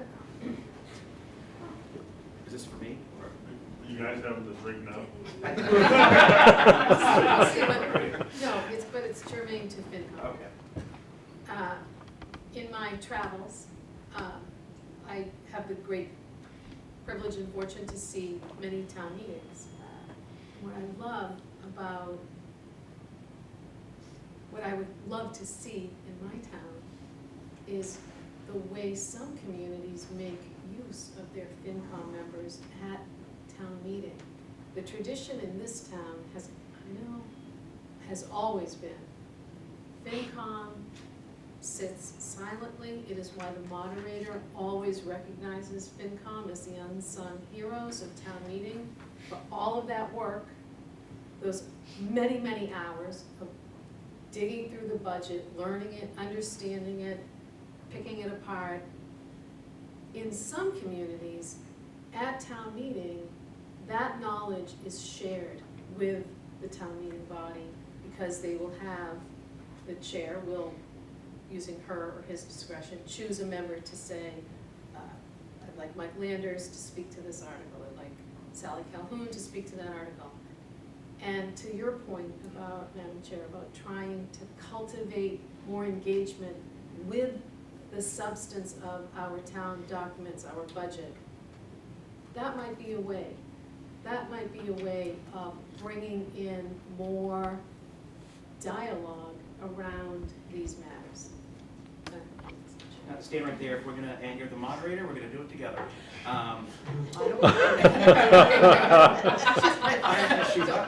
She's my friend too. Well, I would say a couple. I just want to share. I share Representative Kern's sentiment that there certainly have been times where members of the Finance Committee have felt that they are the only town meeting. They're the only residents of the town who cannot speak at town meeting. Every resident, even non-elected town meeting members, are able to speak at town meeting. Finance Committee is silenced, and we're only silenced by tradition. There is, Right. we don't need to change. It's not a charter issue, This I is know. not It's a, more- oh, and now there's a third. Somebody get my phone, we're gonna need a selfie. Nobody likes to talk more than I do. Do not change that tradition. Okay. We have our ability to make those recommendations. That's to right. Listen, that is our role in town meeting. When town meeting comes, it's town meeting's job. If you want to make town meeting members better, elect better people. It's that simple. It's an election. Get better people to run, go out and find better people, get people who will go, I don't wanna, this But idea. why is that, but why keep all of They're a your good- they're a your good- good investigation into the We don't have any budget? power over this anyway. Yeah, Because it's not, yeah, but it's not, it isn't, Why not share that? Why because not? I've already shared it. That is the town meeting member's job, if they want to partake in it, to listen to what we have to say. But that's the system. I'm a system person. That's what we do. It's worked. Don't F with tradition. It really is a situation in terms of this, but it really is. Let town meeting do what town meeting does. If you want better town meeting members, vote for better town meeting members. Yeah, and some of us are of the opinion that there's more issues with town meeting than just stuff like that. So I think it's something that we're gonna have to like really delve into, yeah. Well, and if Mike could have kept his tail in his chair for 30 more seconds, what I was going to say is, we do have a great opportunity as FinCom members. And so I've been very comfortable with what we have now. And I don't necessarily know that it needs to change. But my point is, there have certainly been times where FinCom members have felt disservice to the community because there has not been an articulate voice coming from other parts of the room where it should have been coming from. Yeah. And FinCom had really towed the line and carried the water of the other groups that maybe should be. And we've been just hamstrung by our limited ability. That being said, because we have a unprecedented opportunity to research and discuss these articles, that's why we don't speak at town meeting. We've already had our shot. It's just in a handful of times, it's been unfortunate that we haven't been able to speak. I don't know Just that. so I can clarify, if I could. What I'm referring to, I've not seen a departure from the fundamental presentation by the article, by a FinCom member. It's either you reading it, or they might have a member read it. But it's not anything more than that. Right. And it's our recommendation, but at the end of the day, as the moderator would very clearly say, it's the selectmen's warrant, it's their job to defend it. It's their budget. It's their budget, it's their warrant. It's not the FinCom's, we just give a recommendation. Paul, were you gonna say something? Yes, as a town meeting member, when you read the warrant explanation, I think what I would certainly personally appreciate would be perhaps some of that information that as you said, Mr. Lyons, that you're privy to on FinCom, that we are not. Well, if you watch our meetings or come to them, that's where you get it. And I fully appreciate that, and I would publicly acknowledge that I have not attended one meeting, and perhaps shame on me. I thought you were there, so I wasn't gonna, But I'm wondering, since there's the explanation is in that packet, that some of us do open right ahead of time and do our best to read and reach out to some people and ask some questions. Could I do more? Absolutely. Is there an opportunity perhaps, and I'm just asking as FinCom to find out how you would feel about this, to have some of the process of how the recommendation was developed that FinCom is making? Could that be included? Because I feel like that would fill in a lot of blanks. Yes, but I think it would, now we're making a 300-page document, and no one's gonna read it, right? I think at the end of the day, the thing to do is just watch our meetings, they're recorded. It's, that's, you don't have to come to the meeting. I would love it if you came to the meeting. One of the frustrations I had at this past year, there was a FinCom meeting and a planning board meeting at the same time. And all of the typical attendees, Bill Bradstreet, Nova, they all chose to go to the boring planning board meeting. And we only had one, Bill Bates was the only person here. And so we had a de facto 10th member of FinCom that night because there was only one person in the audience.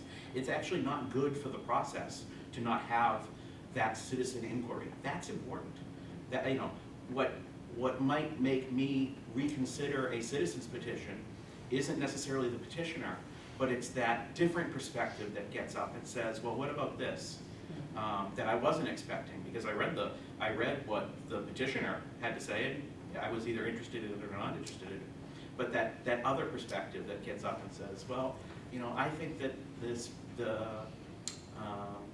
particular issue, that the house should be blue because blue's important to the history of the country or something, something wacko, but something that might convince me, right? And so that's why I wish there was better participation at our meetings. Sometimes I say, I wish they weren't recorded, because maybe then people would actually show up. Well, I'm wondering if that's something We we make could it consider, easy. that we could require, if there's a way to require a And certain that number of meetings kind that of- town No. meeting members attend. And I would go back to my argument for, I believe the town manager should live in Danvers. I don't think it should be a law. I feel the same way about, I think every town meeting member should be, our FinCom meetings should have to be held in the high school auditorium. I feel they should have to be, because everyone should want to be there. But I don't think it should be legislated. That's a great idea. I'll show you. So, shall we go to our agenda? Oh, my heavens. Thank you all so very much. And- We'll leave this so we No, don't. I'm not trying to say you should leave, but you're free to if you'd like. So, one point was the minutes of our August 15 meeting. And I know that Ann and Natalie were not there, so they'd like to, what's the word, abstain. Jim Morose has indicated that he was misquoted.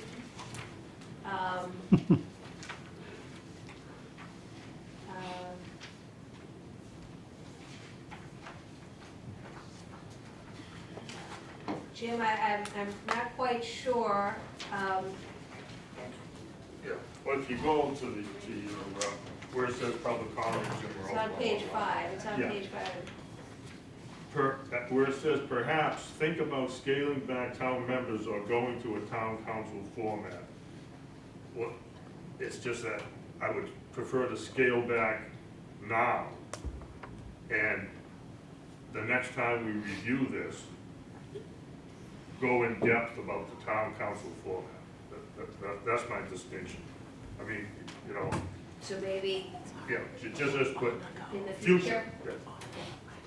Yeah, town council in the future, scale back this time. Okay. Thank you.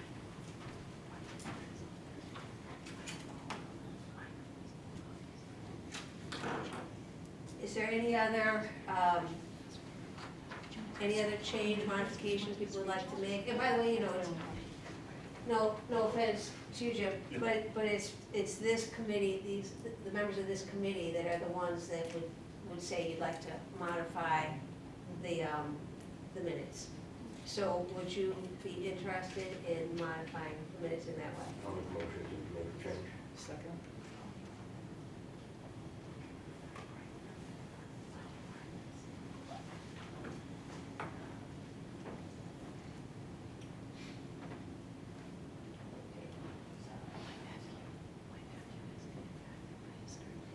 Any other changes or modifications, corrections to the minutes? Is there a motion?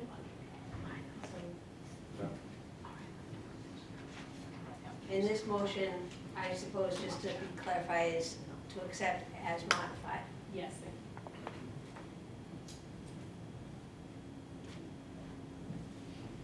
John seconds. All in favor? Aye. Any opposed? Aye.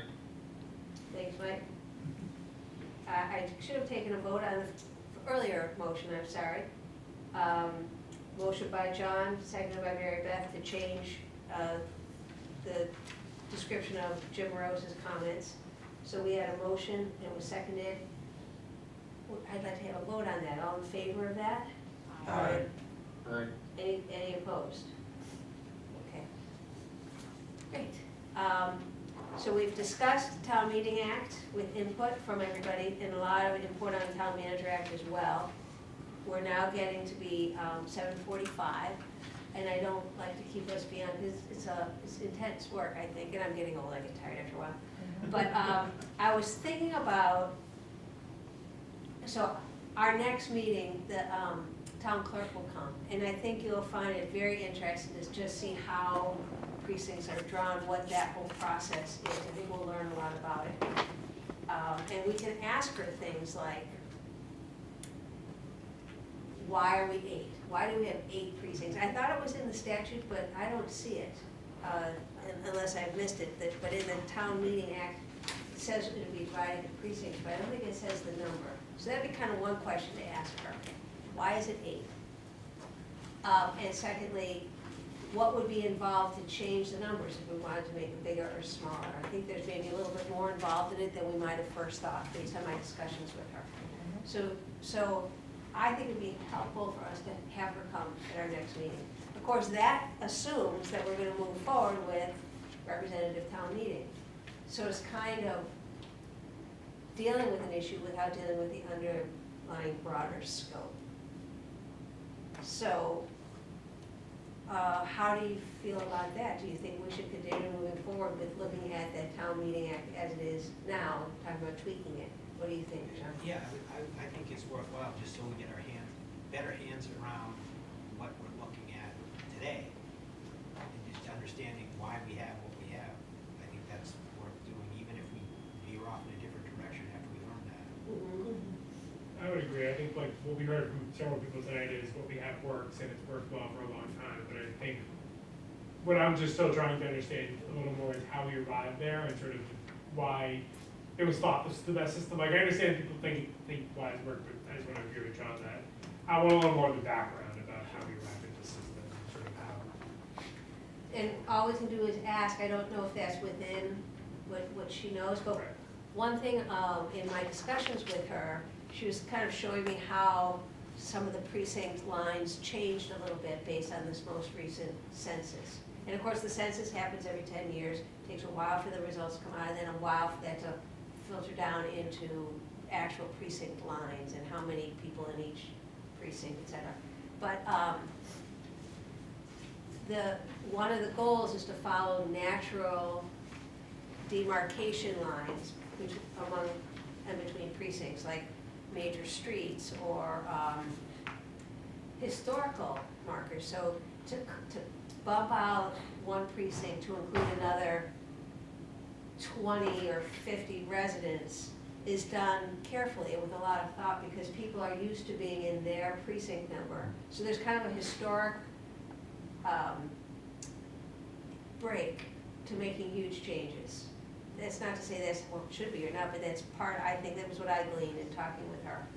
And it used to be much more important, because remember back when where you voted, each precinct had a different voting place. So if like I voted at the Smith School, and if my district lines happened to change, and now I was no longer in whatever district that was, I went to the Smith School to vote, they'd have to say, oh no, this isn't your polling place, and we're going to this other spot. So that kind of tamps down on people being involved, going in and voting, because now they've got to drive someplace else and so on. So we're trying to encourage, that's the whole purpose, to encourage people to vote. But now that all the precincts vote in the same location, it's really simple. Oh, you just go to that end of the gym. So it's not as big a deal as it was at one time. But people generally can say what precinct they're from, except for me, I always forget. But anyway, so there's a lot of historic, kind of interesting nuances in the process. I'm really looking forward to her coming. But if you are able to speak to her before the meeting, and I don't know if she'd be able to rustle this information up, but like, when the census changes happen, the number of town meeting members has increased based on that census change over the years. If she could provide us with information on like, why does it happen? Is it the legislative, like, is it a statutory thing Yes. that insists on that? If she could help us with that too. it is legislative. We have to redraw districts with each census. Or we I have get to- that we have to part, consider it, yeah. But like the increasing the number of representatives in each precinct, that's a question that I have. Is what you're getting at, the question that I have had, which is it just says it has to be proportional, but it's sort of not more specific than that, is that Well, kind of what you're speaking to? The language in the statute says it should be as close to, what's the number? 96. As close to 96 as divisible by 3, but we've gone way beyond that. Right. So, why? Like, Why and how? Yeah, and do we have to? I mean, because there's talk about, is the town meeting too large, should it be smaller, are we handcuffed so we can't make it smaller? Like, that's kind of what I'd like to know. So I can't be at the meeting, but those were all questions that I was gonna send in an email, so, yeah, that's great. When one thing I had mentioned at the beginning was, what actually we were kind of commissioned to do, and being a little frustrated that we've heard a lot, and it's all been very informative, and very interesting, and very enlightening, but there are 15 sections in the Town Meeting Act, and if we could have some sort of structure to move through some of those, some of which we might all look at and say, as I've written down here, no problem, this is good. Maybe not everybody agrees on that, but at least we can knock off a couple things. And I'm just feeling that we're talking about all these different issues that are floating around in these 15 sections. And I just feel that if we could be more focused, we could knock some of those off, and then the ones that require more of our time, bringing in other people, then we can kind of isolate on that particular thing, and then hash it out and decide what our recommendation is going to be. Well, what about this idea, John? What if, now our next meeting is only 2 weeks away, and by the way, it'll be at the Senior Center. So we're going to be alternating our first Wednesday of the month, our meetings will be here. Third Wednesdays will be at the Senior Center. And I have the dates, I can tell them all to you. I sent them an email, but I'd be happy to tell you tonight. So by our next meeting, do you want to each one of you send to me, actually to all of us, I think we can share, we can't vote on something, we can't discuss something, but if I could say, for instance, in Article 3, I think we should change the word remove to move. I don't know. Can't do You that? can do that, Okay. because that's still a discussion. I think that also get really, Seems inefficient. yeah, I think it would just get confusing if we Yeah. had to be, I also think that we need to decide if we want to keep town meeting or not. Like, that needs to be our first, before we start going through the town meeting charter, we have to decide if this is what we want. So, I'm just putting that out there. Like, if we, I guess my question is, No, if we were, Yeah, I agree with if that. we came in from outside of this town, if we didn't live here, if we didn't know the Mhm. history of this town, and we looked at it, how would we think that this town should run? And what worked 40 years ago, Doesn't necessarily.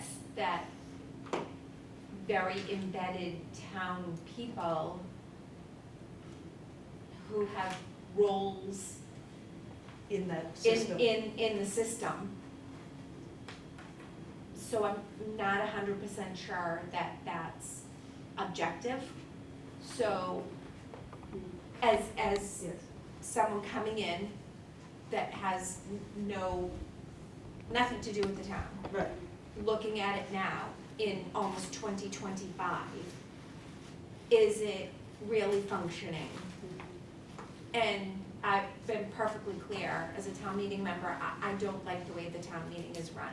I think it's rushed, I think all the important things are at the end, I think people rush through them because they wanna go, they've already got the coats on, they've already got that, and we haven't even gotten to the most important warrant articles. So nobody wants to have a discussion, nobody, and I've felt that for years, that I think all the important things are always saved to the end, and I've been very vocal about that. I'm not sure that, and not to say that I don't respect and appreciate their input, however, they're in the system. So I'm not sure that they're objective by saying, yes, it still works. I think having a very serious discussion on does this form of governance even work before we start going through the document, I think that would be a lengthy conversation, and maybe one whole meeting, just to sort of have a really deep dive into that whole idea. And I agree with John, I think our meetings should have a little bit, I know we're early, but structure, like this meeting, we're talking about this, all right, so next meeting, we're gonna talk about the Town Meeting Act. So that's what we're talking about, and we're not kind of jumping around to this, that. That's why I brought up when Dan was speaking to, let's rush and get the, residency requirement. We're not even there yet. Well, that's such a, Like, that's not our problem that this is happening right now, and I Right, feel I could like, sense that, I could why, sense, yeah. I mean, not my problem, it's gonna take at least a year to get it through, if that's what we have to do, it could be 2 years, so it's really not gonna help them right now. And that's why I think the select board could make the, well, you might have to, live here And also, you But you may know or what's- may not have a job in a few years Well, if we that's it. decide to go to something That's else. I mean, But I If we- think- yeah. If we switch to a city form of government. Right, correct. Though even some cities have managers, so, but just a quick, I knew that was how you were feeling Yeah. when Which is Ann like- Madam started, but it's an insular subject. It's one, it would be easy enough to deal with just that one issue, even when we haven't resolved everything else, I think. True. But it doesn't bleed off into the other things. And just kind of an interesting thought that came to my mind about it is, remember the woman from MMA who spoke to us? And she said in the town that she ended up working in, there was a residency requirement, but in that town, the Board of Selectmen had the authority to make an exception. Yeah, it's like a Maybe form. that's a change we could suggest, so many people who spoke tonight seem to think it's important. We could decide as a committee, okay, let's keep it, but let the selectmen make an exception. Or we could decide as a committee, it doesn't make sense to have that requirement anymore, let's recommend we get rid of it.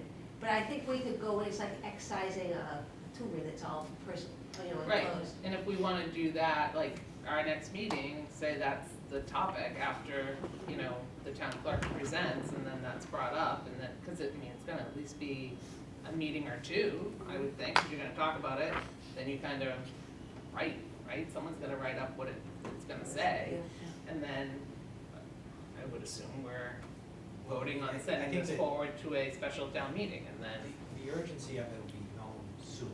it'll be known tonight. Yeah, so we'll know. Well, it's being before our voted next- on tonight. Before our next meeting, we'll know, Right. is this still on the Yeah. hot? So Right. we need to address it. Quick. Are we being asked to address it quickly or not? Yes. Oh, yes, he's. But I really feel that we should not as a committee allow ourselves to get wrapped up in that. Right. But again, not I don't not our think problem that that's happening right now. That is not our purview. The Our problem is that purview this is to wasn't done 10 determine the years form ago. of government. This And it is- so happens that this is coming up now. But I feel that that's gonna really misdirect us. Maybe to your point, Bill, we need to have structure. That's sending us down a road that, yes, is part of our work, but is not the order in which our work probably needs to occur.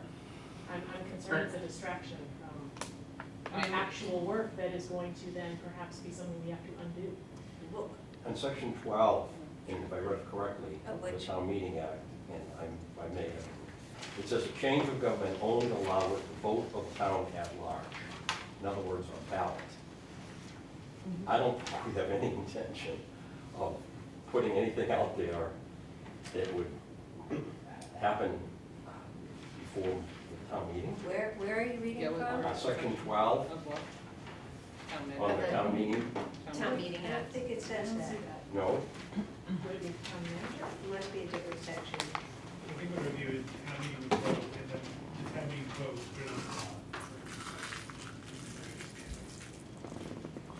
okay, that's must be, then it's my mistake. then. No worries. Okay. My bad. So does it not go to a ballot? Oh, Is you it did determined? section 14, and when it was first written, when you changed your form from open to representative, that had to go to a ballot. Okay. Just like if we change from representative back to open or representative to something else, that would then have to go to Okay, a ballot. thanks for clarification on that, thank you. I think the role of town meeting, wouldn't town meeting vote to send it to the ballot? Yeah. Right, Right. okay, that's what, Right. I'm not sure that if this committee, I agree with what Vaughn said a few minutes ago, I'm not sure this committee should be tasked with addressing this, what potentially could be an urgent issue to address and change or modify. Our task is to review these old or original acts of 1930 and 1997 or whatever years they were written, and come up with recommendations. I think at the start of this meeting tonight, we were handed a hot potato and we shouldn't have been. And I don't think it's our position to take on this question of whether or not we can change this long-standing rule for the convenience of an issue that potentially could come up in the next several months, or come up very shortly, but impact the town in the next several months. Well, Madam Chair, I agree with Mike, and if the select board wants to have that single issue move, they can do it without us. They can just write one warrant article, call a special town meeting, they don't need to ask us first, and they can do it themselves. That doesn't need to be our topic of discussion. Like, it is within their purview. I'm not sure how I feel about that particular issue, like, as the issue is. But just as a process argument, if we were tasked with evaluating everything, a little emergency situation is their category. We're not an emergency committee sort of thing. So I would see that we could, of course, give an opinion next meeting, but they don't actually need us in that. If this rule is rewritten or redrawn, then we certainly will consider it for the revised proposal. That's in our purview, but rewriting the act or the law for the purpose of fixing this potential problem at hand should not be in this committee's purview. That's my opinion. I think this gets back to what Nova was saying too, though, like, we haven't decided yet if we want to keep this form of government, and so I think we put ourselves into a corner if we start going into, well, we're gonna change this specific section, but then if 3 months later we decide, well, actually, that's, so I just generally think that we have to make some big decisions first before we can start getting into the minutia. That's just my feeling, and I think that we have to, and I don't know when it happens, and when we need to have more conversation, but I think before we start getting into the minutia of this specific section, that specific section, I think we have to make a decision about, are we looking to make broad changes, or are we generally or do we think the recommendation is we want to keep the system but make some smaller changes, or do we want to look at making larger changes? Because I think if we start sort of picking apart the system, it gets very, I think we have to address, start big and then maybe get smaller. That's just my take on it. And I agree with everyone else, I think it's pressuring us to sort of dive into the weeds of the residency requirement sort of handicaps us, because that's taking away our focus from the bigger questions. right, and ultimately, we would be making a recommendation on that residency Right. once we get there. We're not there, Right. and why rush to get there? And to your point, Dan, I would think that the select board could say, yes, we would like you to live here, and that's what it says, but obviously if you're having difficulty, I mean, what are you gonna do? I don't know. But we shouldn't be rushing. I can understand. both ways. Well, I mean, if I could offer a strategy, if we were to take up this issue, I mean, because it might be an urgent, and personally, if we need to do a town manager search, I think that this is something that would have to be part of the advertisement. You have to live in the town. But if we take up this issue, we can report it out in a way that doesn't constrain us. We could report it out as in recognition of the request of various members of the elected officials and appointed officials to take up this issue. We did, but that doesn't prejudice where we're going as a committee, because we're not, if the timeline that they're talking about is they want a recommendation from us and a vote by the selectmen and then warrant for February, we're not gonna be done. But I think we can keep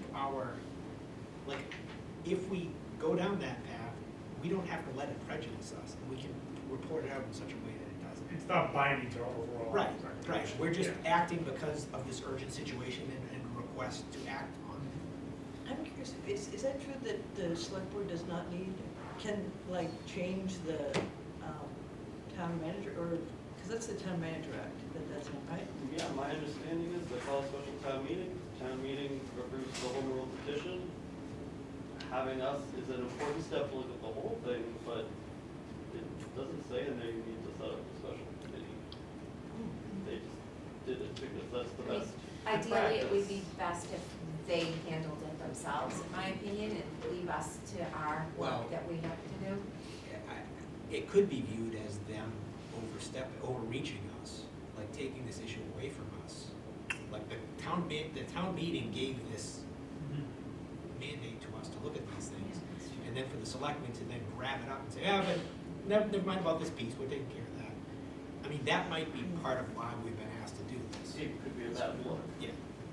I could understand how us making a position statement would strengthen their ability in a hiring process. But on the flip side of that, there's flexibility in the way it's written already. It's written, said town manager, shall not be required to be a resident of the town or of the Commonwealth when appointed, but shall be a resident of the town during the term of office thereof. During. Not for the remainder of, not for 75% of, not for. But they have to move here eventually. During their contract. Yes, If yes. you read it But down. us making the position statement to the contrary doesn't change that. So anyone who's actually seriously considering this position, no matter what we say, it's not changing it. Well, unless we take out the residence. But we're not changing it by February. Well, Unless we take out the potentially we resident. could. Right. Potentially, we could have a discussion next month as a board, make a recommendation, which potentially could say, we vote as a board to take out the residency requirement. Right, that's Then- what they're asking. Right, But then, all we can do is make a recommendation, correct? right, but then it would have to go to a special town meeting, where then the town meeting members would then have a discussion and vote on it. And at that point, if they vote yes, then it goes down the road of the legislature, which then could take more time. Thank you for that, and I needed to be redirected, but I guess my initial thought that prompted me to say this is it sounded like they were starting the interview, they were starting the search potentially tomorrow. And so if there are candidates who are serious, I don't know what we can do that will change their mind about wanting to be a candidate in the next 3 months. I think if there's a home rule petition pending in the legislature. So that would kind of- hurt. I think it probably, that's, I think But that's February, right? Well, Possibly? February would be Yeah. our potential Because special town meeting. They want it by January. There's already a special town meeting for the planning board. Right. They could, but they could call up another special town meeting just for this item. It doesn't necessarily have to go on the February 3rd, it's just that that's already something they have put into the calendar that they know they're gonna have one. Right. If it doesn't happen February 3rd, they can change that date further out. Select member Bennett is hoping that we can have that ready for that meeting.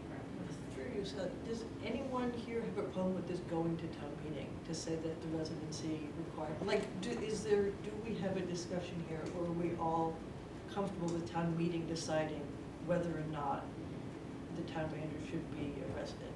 The town meeting, I think, has to respond to a recommendation. Right, that's what I mean, like, do any of us, what's the consensus here? Do we all think that there should be a resident?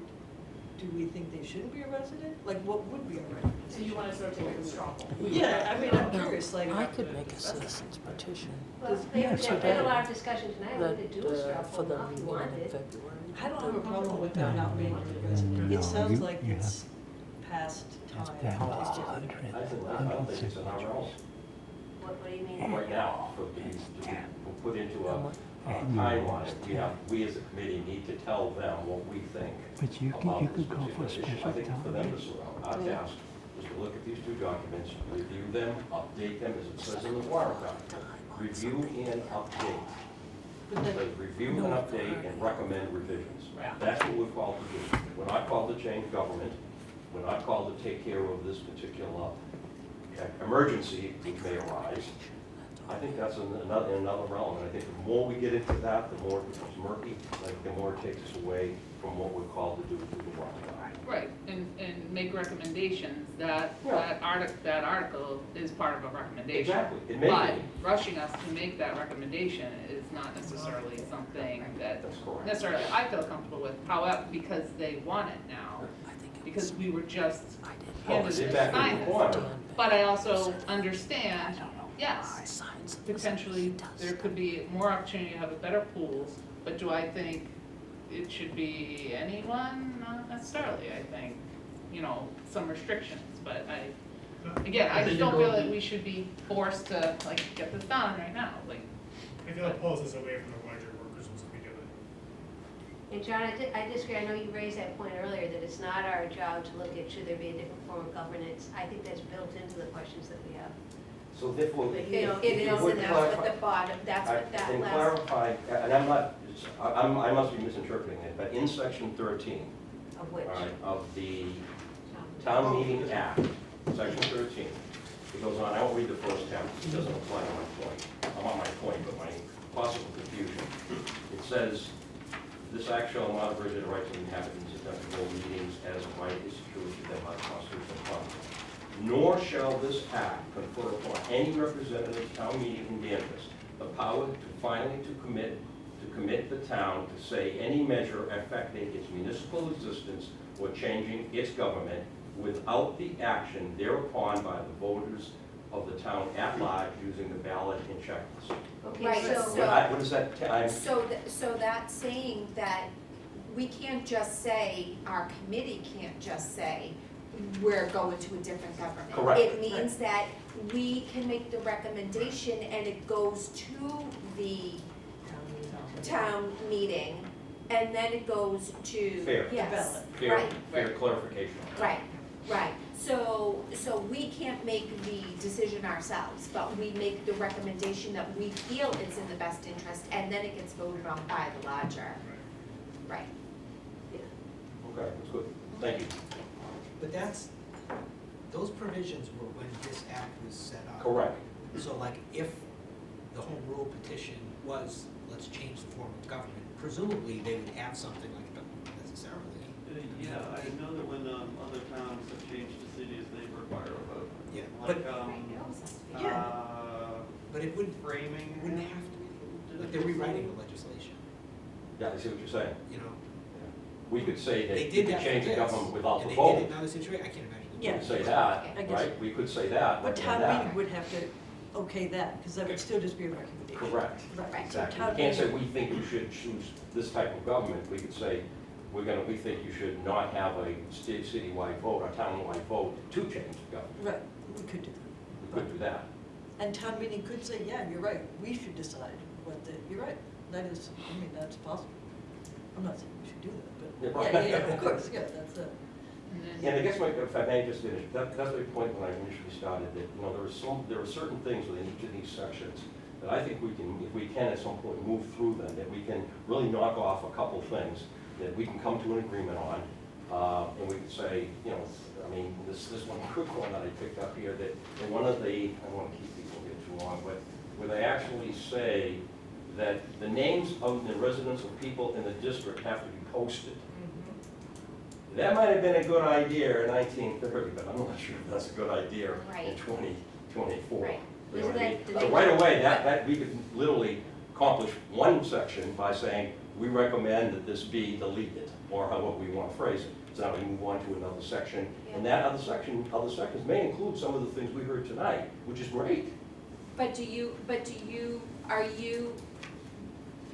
But at what point after spending time going through that though, do you Yeah. think that we should have the discussion on if we even agree with the document, period?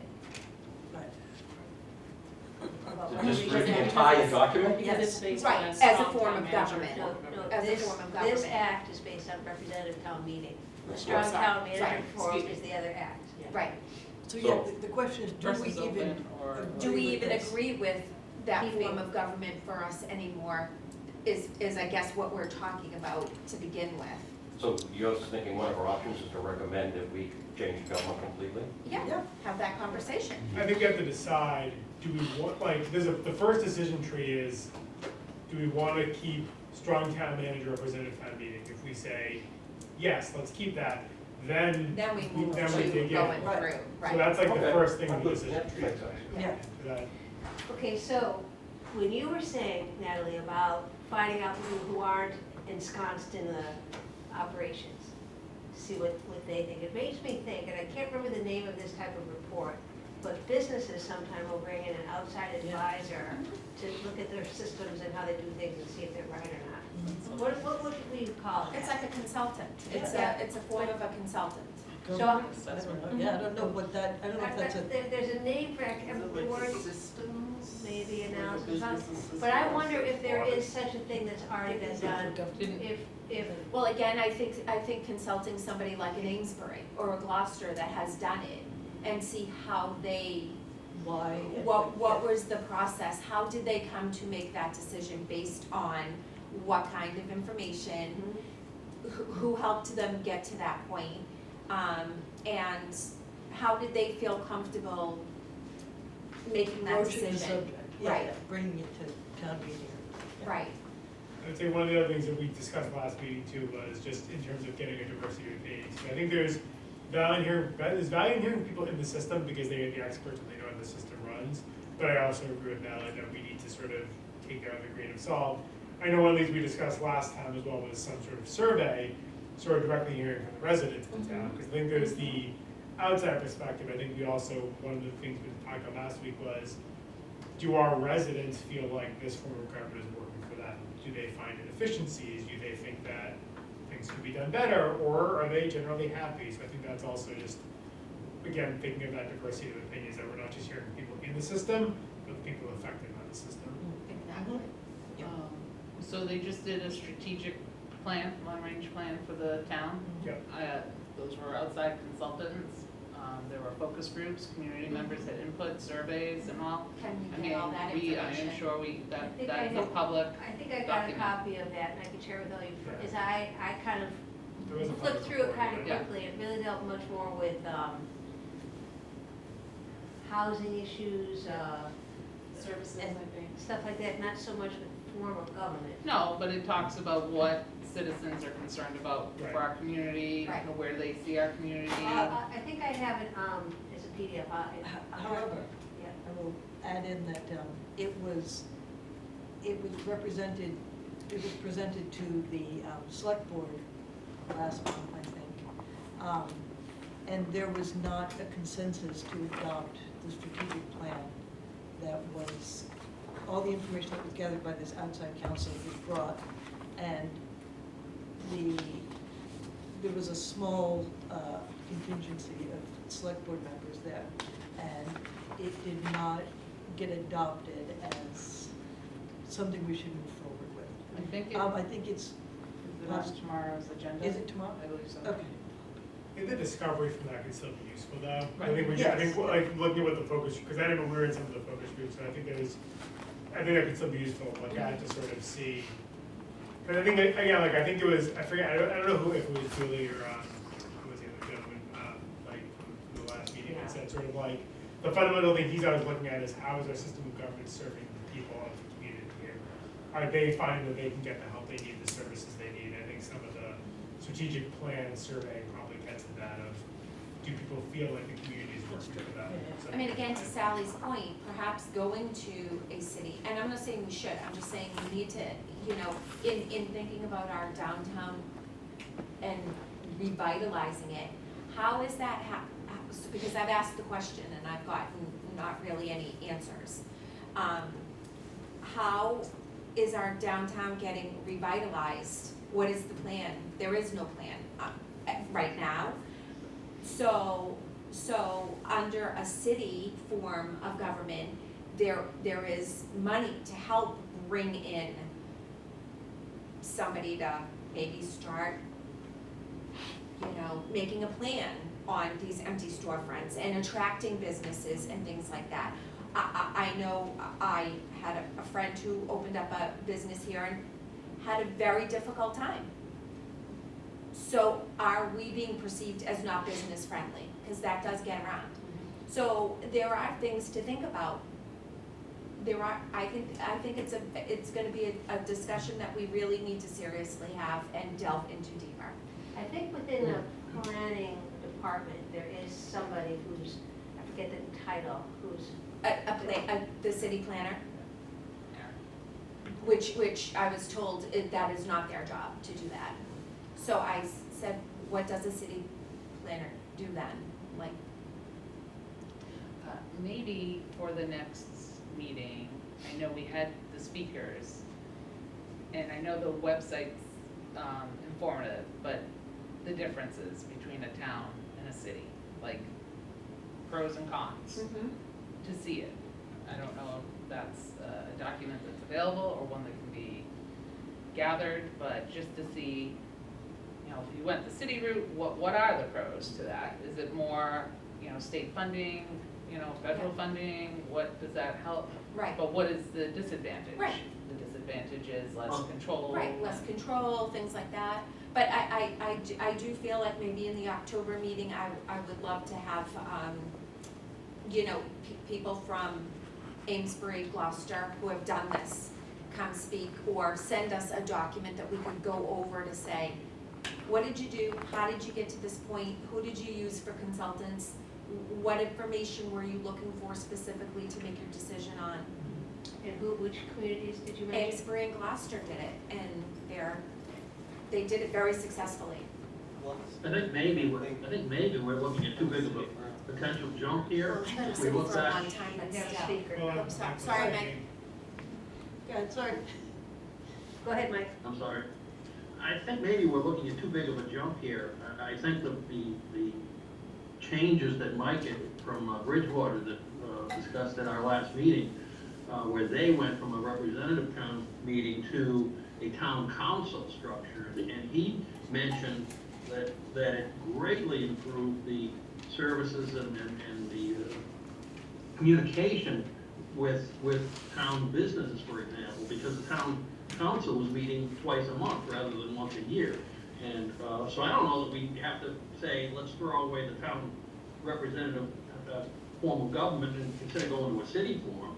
You know, maybe there's a middle ground where we consider the town council form, where there's much more aggressive and frequent meetings that can help businesses, for example, and help revitalize downtown.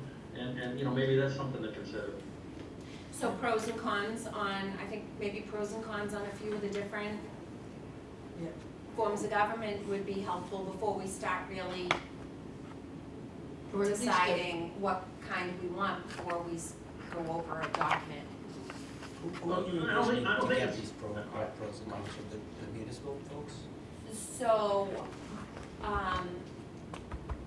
the different maybe cities and towns that have the types of government, maybe they could give us, So you think like a representative from Amesbury, representative from Right. Gloucester? yeah, or, you know, or, and somebody who has the council form that you're talking about, maybe the, you know, like the different cities and At towns least that just- have the even if it's different not- types of governments, maybe could give us Sorry. their ideas on pros and cons?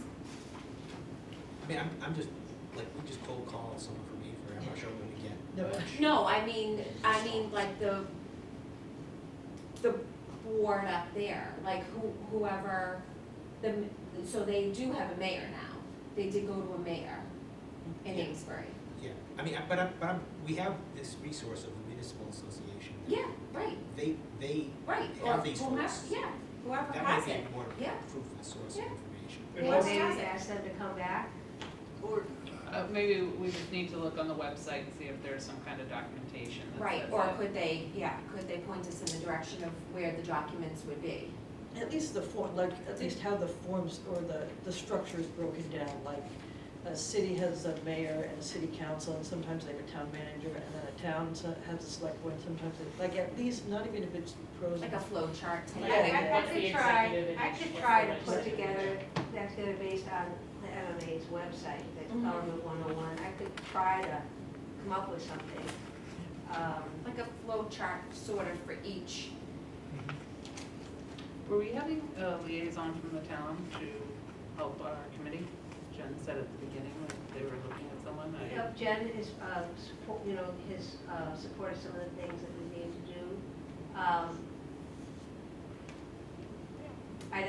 For instance, with the letters to these pies that give me, I sent those letters out, Yeah. followed up with those people, but I mean, I could ask if she Well, knows I the mean, just resource. if someone's available to gather the information for us, I mean, we could do it ourselves, but Yeah. we're working, now we're committing to 2 meetings a month, that's 4 hours. It's a lot of time, I don't have a lot of extra time to Right. do this, nor do I think most of us do. So I'm just, at the first meeting, she said she was working on a liaison, someone to help our committee.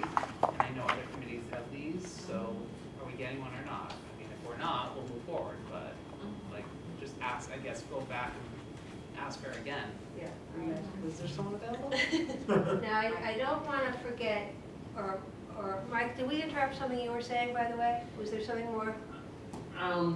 You know, just one thing I want to say, and I've said this a few times since this committee was formed, and I'm a little fearful here, and it kind of ties in with what John said a while back. I'm a little fearful that we're trying to jump ahead to a solution without recognizing the issues and the problems that we're tasked with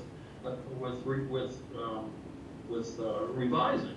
I mean, I'm not sure we should be deciding whether the town council government or the city form of government is what we should work towards without knowing what in these acts seem to not be working and need changing. I kind of agree with what John said earlier. I think we need to jump into these acts, see what's good and what's working and what doesn't need revision, and then take the next step from there. I don't know that we should be jumping ahead. To me, it just seems like we're jumping to a solution without understanding everything between the starting gate and the finish line. I can appreciate your point. Is one of the ideas that I had was that we would start in the packet of materials I handed out tonight. And Mike, I will email the set to you. I should have done it before. I'm sorry I didn't. No problem. I included the list of Committees at the end? Yes. The last page, yeah. And the list, actually, the second to the last page is positions appointed and hired by town manager pursuant to the current town manager act, and then the list of boards, commissions, committees. And I was thinking that maybe one of the things we would do is start asking, for instance, people from the planning board, municipal light board, start allocating certain nights to hear from those places to see, well, how is it working? Are you running into problems? Is the way they act now posing problems? Do you see a better way to do it? Thinking, as you were saying, Mike, finding out, well, what's working now? Are there problems now? Before we jump into the question of, let's make a big change. And just as a for instance, I was thinking that next time, I thought the town clerk could come to describe the stuff I've told you, but that maybe then we could also that same night ask the, town treasurer, tax collector, and there was the assessors to come in and talk about how the town manager act impacts them. Is it a problem for them that they're appointed by the town manager? Is there a way they wish it would be instead? Because just as a, for instance, remember when we were listening to the speakers from the MMA, the woman was telling us that in her community, the town clerk is elected, but the person who's in that function wishes it wasn't because there's so many qualifications, so many education matters that person needs to have under their belt. It would be better if it was an appointed position instead of elected. So, I mean, we could ask these people when they come in, how do you feel about your position being appointed? Do you think you should be elected instead? Do you wish it was a different chain of command or communication? So that was kind of where I was thinking we would go. Once we got these people with input on Town Meeting Act, to next turn to town manager by calling in boards, commissions, people filling in these roles now to say, what do you think? Is it working or isn't it? But if you don't want to do it that way, if you feel instead we need to do the bigger existential question, should we be a city or should we stay a town? Should we be a town council form of government? Should we get rid of town meeting altogether? Should we go back to open town meeting? I mean, we can kind of go about it in the order that all of us think is best. But the way I thought we would proceed, what I was kind of aiming for is after tonight, have half of our next meeting be town clerk, and then move to a couple of the positions to start inviting people particular nights. Now this night we're gonna deal with this, and we can make it part of our public meeting, who's being invited, so people are interested. For instance, the night we ask planning board, people who are interested in planning board will know, oh, that's the meeting I want to attend, because I have something I want that committee to know. But it's hard to know what order to do it in. I just hope that people feel safe to speak honestly and freely, but more so honestly, without fear of oh, so now I'm gonna be kicked off the board, or now I'm gonna be, you know, and also not get into any personnel issues or things that we really can't delve into. That's right. Yeah. I would second Mike's idea that if we go through these sections, et cetera, and then issues will pop up, and they may be major issues, and they may lead us down the path of looking at the whole big picture. That's what I would, that would be my preference. You know, and maybe we go through this and it says, you know what, it's not as bad as maybe it's made out to be, because we've gone through each of the sections. But maybe on the other hand, we see all these kind of things that just don't make any sense anymore, there are problems in the town, now we'll open up. And excuse me, I appreciate you bringing us back to that, because I think it also helps ensure that we're requesting input from people who know, frankly, more than most of us, certainly more than I do, about any of these questions. And so we're soliciting their input, and like you said, I think people will hopefully see, oh, planning board, I have an opinion about that, so we're also kind of meeting our goal, hopefully, or at least trying to meet our goal of soliciting public comment.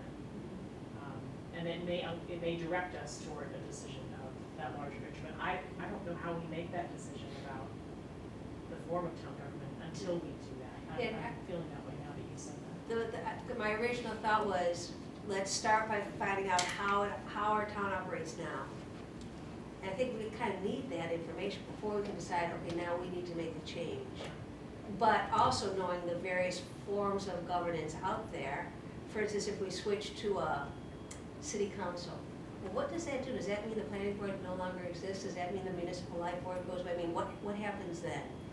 You know, those questions would come up, but I think first we need to understand what we have now.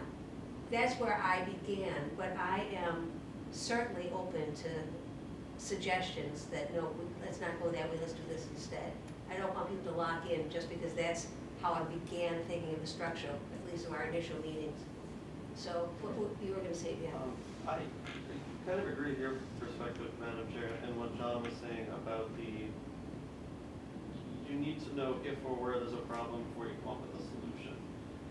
And I would see that as being beneficial to, I wouldn't necessarily be in favor of jumping into city government unless I was sold. I might have one perspective, but not to use the other example, Natalie. Another one, but I think that process would help people who might be coming with both perspectives. By going through step by step, we might be able to accomplish the most minimal changes with the best results. Or if at the end we decided a giant change, you'd have the entire record of evidence and problems, and because trying to sell town meeting on a big change, I'm unsure of that success, but you'd have a case built if that was what this committee decided to do. You're building your case with each person you talk to in order to try to be persuasive and sell it. So I kind of think that helps both angles, or potentially depending on what, I guess it depends on what's found. But that system might be good. Noah has very kindly written up a little blurb describing our committee and its work in hopes that we would give it to Jen Breaker, who's the communications person for the town, who she says, you know, every Monday, is it? Or is it every month? She posts all the meetings for the week, and sometimes in that posting we'll give a little blurb about one particular committee or board. And so Noah drafted something. Do you think if we pass it around, everybody can take a quick look and say, yep, let's do it, or is it going to be more, do you think it needs more time than that? I don't know. Well, let's take a quick look. And I think if people think it looks okay and are ready to just give it a quick up or down, but if not, we want to have more discussion, we can discuss it next week. And while we're passing that around, for our next meeting, again, we're going to have the town clerk. Should we also ask for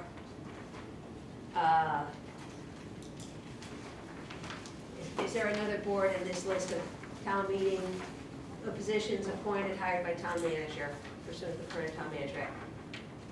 Should we pick one or two more of these? I think planning board is going to be big. Maybe town treasurer and town treasurer Yeah, they kind of, Uh, similar, yeah. Treasurer and taxes would probably be hand in hand. Yeah.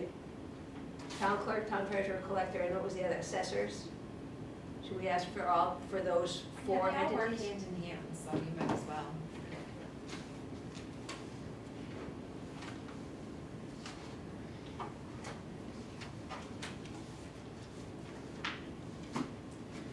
What's the date of the next?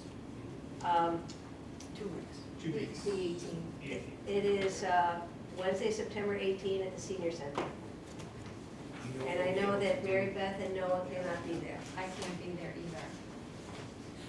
So yes, disregard the I'm section gonna that says, be away. disregard the section that says change room at Danvers Town Hall, I would update that. Have the correct location. I'm sorry, what? That I wrote in the second to last sentence, I say, meetings take place the first and third Wednesday of each month, from 6 to 8 at the 2 room at Danvers Town Hall. But if this would be for Jen to post before September 18th, I would update to the correct location.